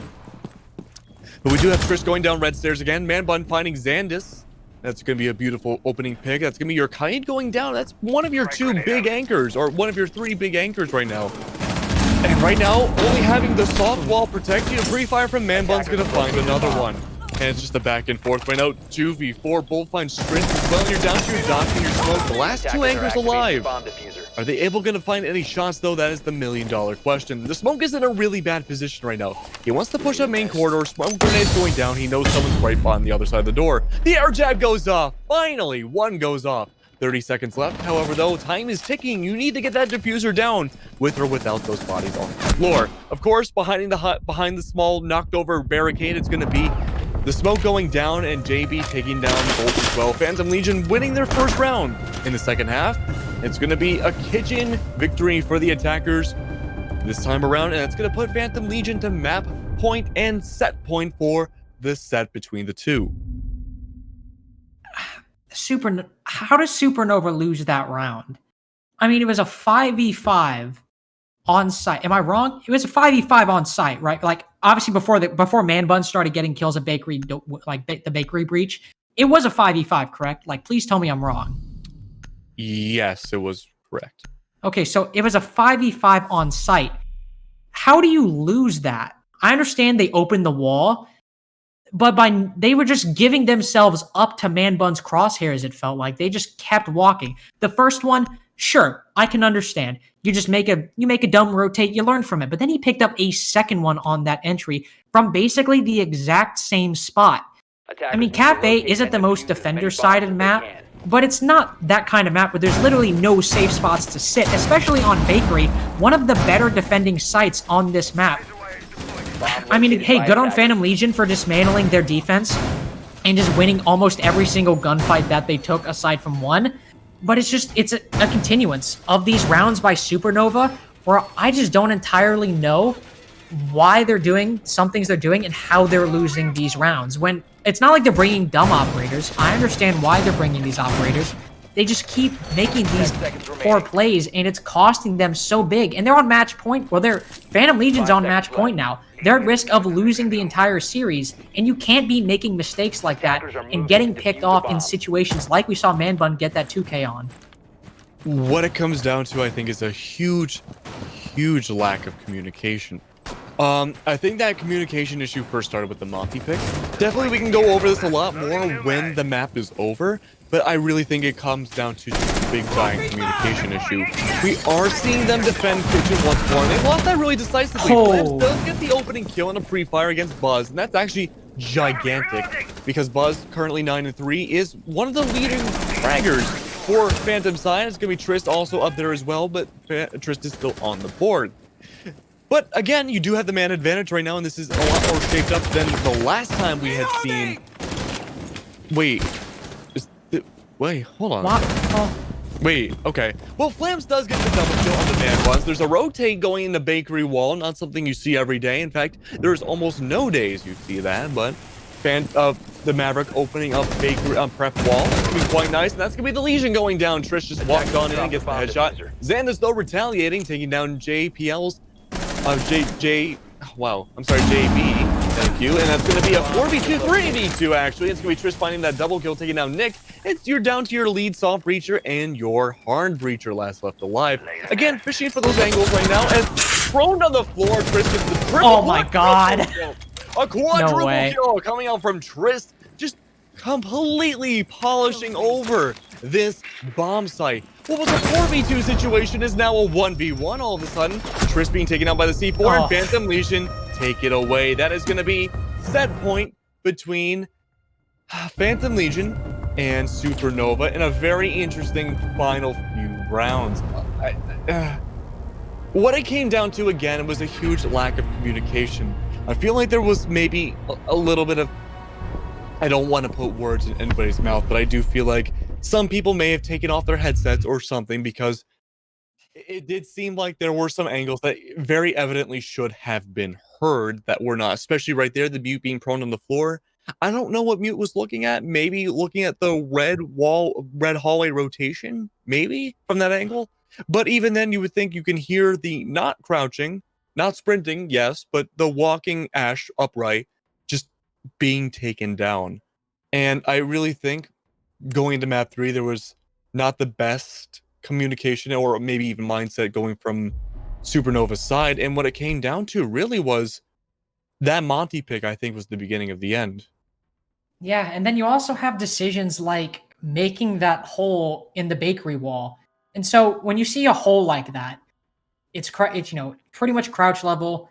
That looks like a rotate hole. If I look at that, if you show any Siege player that, you're gonna be like, that's a rotate hole. That is a hole made for rotations.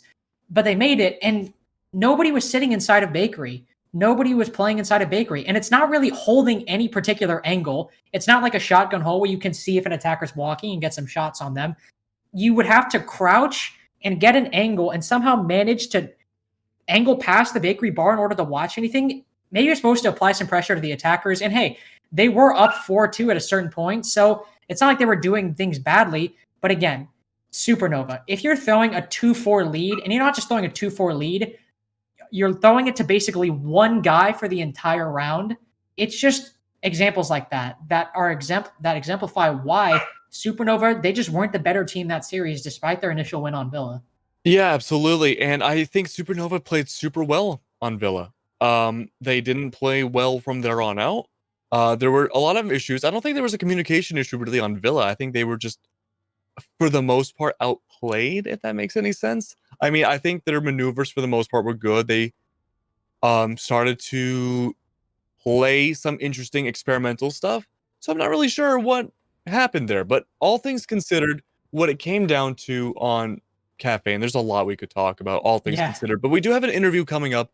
But what it came down to is miscommunication. And I think they wanted to do that same maneuver where you can have the Doc and the Jaeger and Bakery just kind of feeding each other those health stims and taking down everyone in Bakery.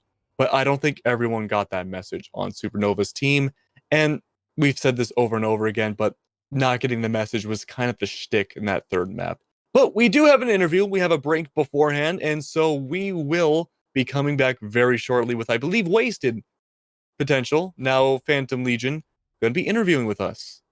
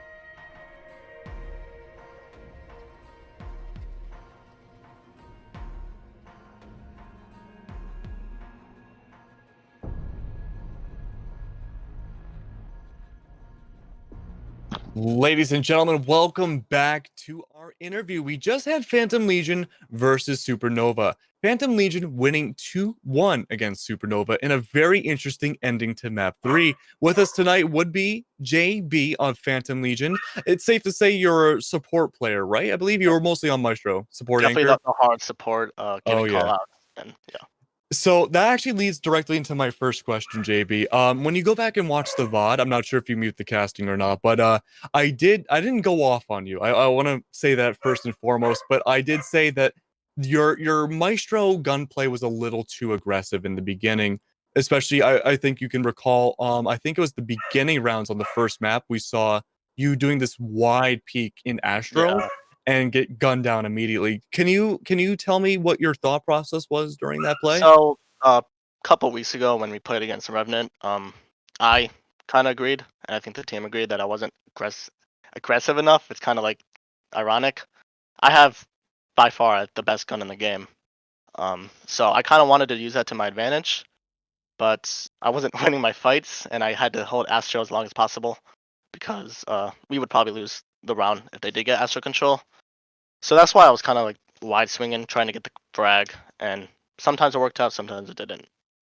Yeah, absolutely. And I think from there on out, it's almost like you heard what we were saying without actually, hearing it because from that point onwards, there was nothing really wrong with your gameplay at all. Going to map 2, map 3, I thought you did a great job in your role and I think just working with the team, you did fantastically.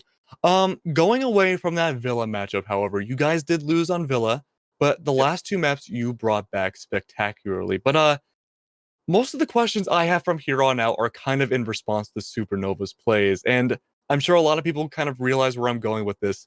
My next question for you is so you're playing on Kitchen, Supernova's attacking, and they bring out a Monty pick. Now, keep in mind, this is after Buck was already banned. There's no vertical play up until this point at all in the matchup from either side, and they bring out the Monty. It goes in and dies instantly. What happened there? What do you think happened there? So we had bakery, we had a Valchem in bakery. We saw that there was no one but Monty in bakery.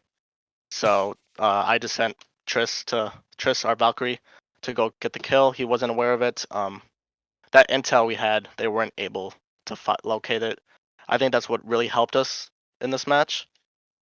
We had bakery eyes every single round, and they were never able to get the Valcam. And I think that's what we were able to get those kills from that. Yeah, absolutely. I think that Valkyrie did play a huge part into a lot of your defensive wins as well because I don't think they have ever shot out any of your Valkyrie No, camps from the looks of Yeah, exactly. I was on Now, cams all the time. Never. He and can confirm. He can confirm. That is his job. yeah, absolutely. So overall, I just want to give you one generalized last question is what do you think was the major downfall for Supernova? Because they looked really solid in that first map, but then as each map went on, it just became worse and worse. It degraded, quite literally. What do you think was the process of that happening? So we knew that they picked Villa, and we haven't practiced Villa in a while. I was on vacation, so the last time we played Villa was actually our last league match I played in. No practice whatsoever, and we kind of just got slammed. And I believe they got overconfident after that. They were winning a lot on attack. Um, they were really aggressive pretty much the whole round, and we were kind of able to. Um, we flanked. We were able to get kills, and I think that just overconfidence and kind of just ruined them as a team. And we were able to play more as a team, I believe, as than them. Yeah. No, I mean, go back and watch the VODs. You're going to see that very apparently. Now, of course, that's not the hit off Supernova too much. They did have a really strong performance, and there were glimpses of really good plays that came out from them in those other two maps as well. But overall, towards the very end, it was frankly abysmal. But Lynx, those were pretty much all my questions, man. Do you have any to say towards JB? No, just nothing all that crazy. Just anything you wanna finish off the interview by saying to the people that are still watching towards the end, or anybody you really just want to shout out real quick. Um, Shout out Triss, bro. That man was True, just that's fragging. facts. He was fragging left and Tristan right. Buzz. Yeah, but Triss kind of his confidence is so key in winning our games. I think it's going to be good in the future. I think we're going to win I the mean, rest of our games. you gotta be in that last round with that 4K. I mean, I know that was just crazy. Whew. Well, JB, thank you very much. Hopefully, I mean, Actually, I did have one more question. I'm sorry. Yeah, yeah. So, Wasted Potential to Phantom Legion. We got to get this out of the way. How did No. that rebranding go? So, Wasted Potential was just a team Tris set up. Not like an org. We were actually, once we got the 5, I was the last one to join the team. Once we got the 5 going, we were able to find an org. We found Phantom Legion. We actually joined not so long ago, probably a few days ago, and it's just that organization that backs us up. They have multiple teams, or funding, and we were able to join and be the main team. Perfect, man. I mean, so far, I mean, I don't know if Phantom Legion, higher ups are watching, but you guys did fantastic tonight all throughout. Thank JB, you improved so much between that first map to the third map alone that you should be incredibly proud of yourself. But Thank you that's very all. much. Absolutely. But that's all we have tonight. Hopefully, we get to see Phantom Legion much more often in ESA. And who knows, maybe even going forward, maybe Challenger League pretty soon. But JB, once again, thank you very much for coming on tonight. And thank you, everyone watching ESA tonight as well. Tonight with me has been Ojo, producing and observing, and Lynx, the awesome co-caster as well. Hopefully you guys enjoyed what you saw. You make sure to follow JB on Twitter, and you make sure to follow myself on Twitter as well. It's at Kegleneck, KEGLUNNEQ. And Lynx, yours is Casting Lynx. Yep, you got it this time. Yes. Let's go, boys. And Ocho, I don't remember Ocho's. It's Ocho R6S. So make sure to follow everybody. We love higher viewer counts. It makes us feel warm and fuzzy on the inside. And make sure to follow Phantom Legion as well. And have a wonderful day. Yep. Have a nice night.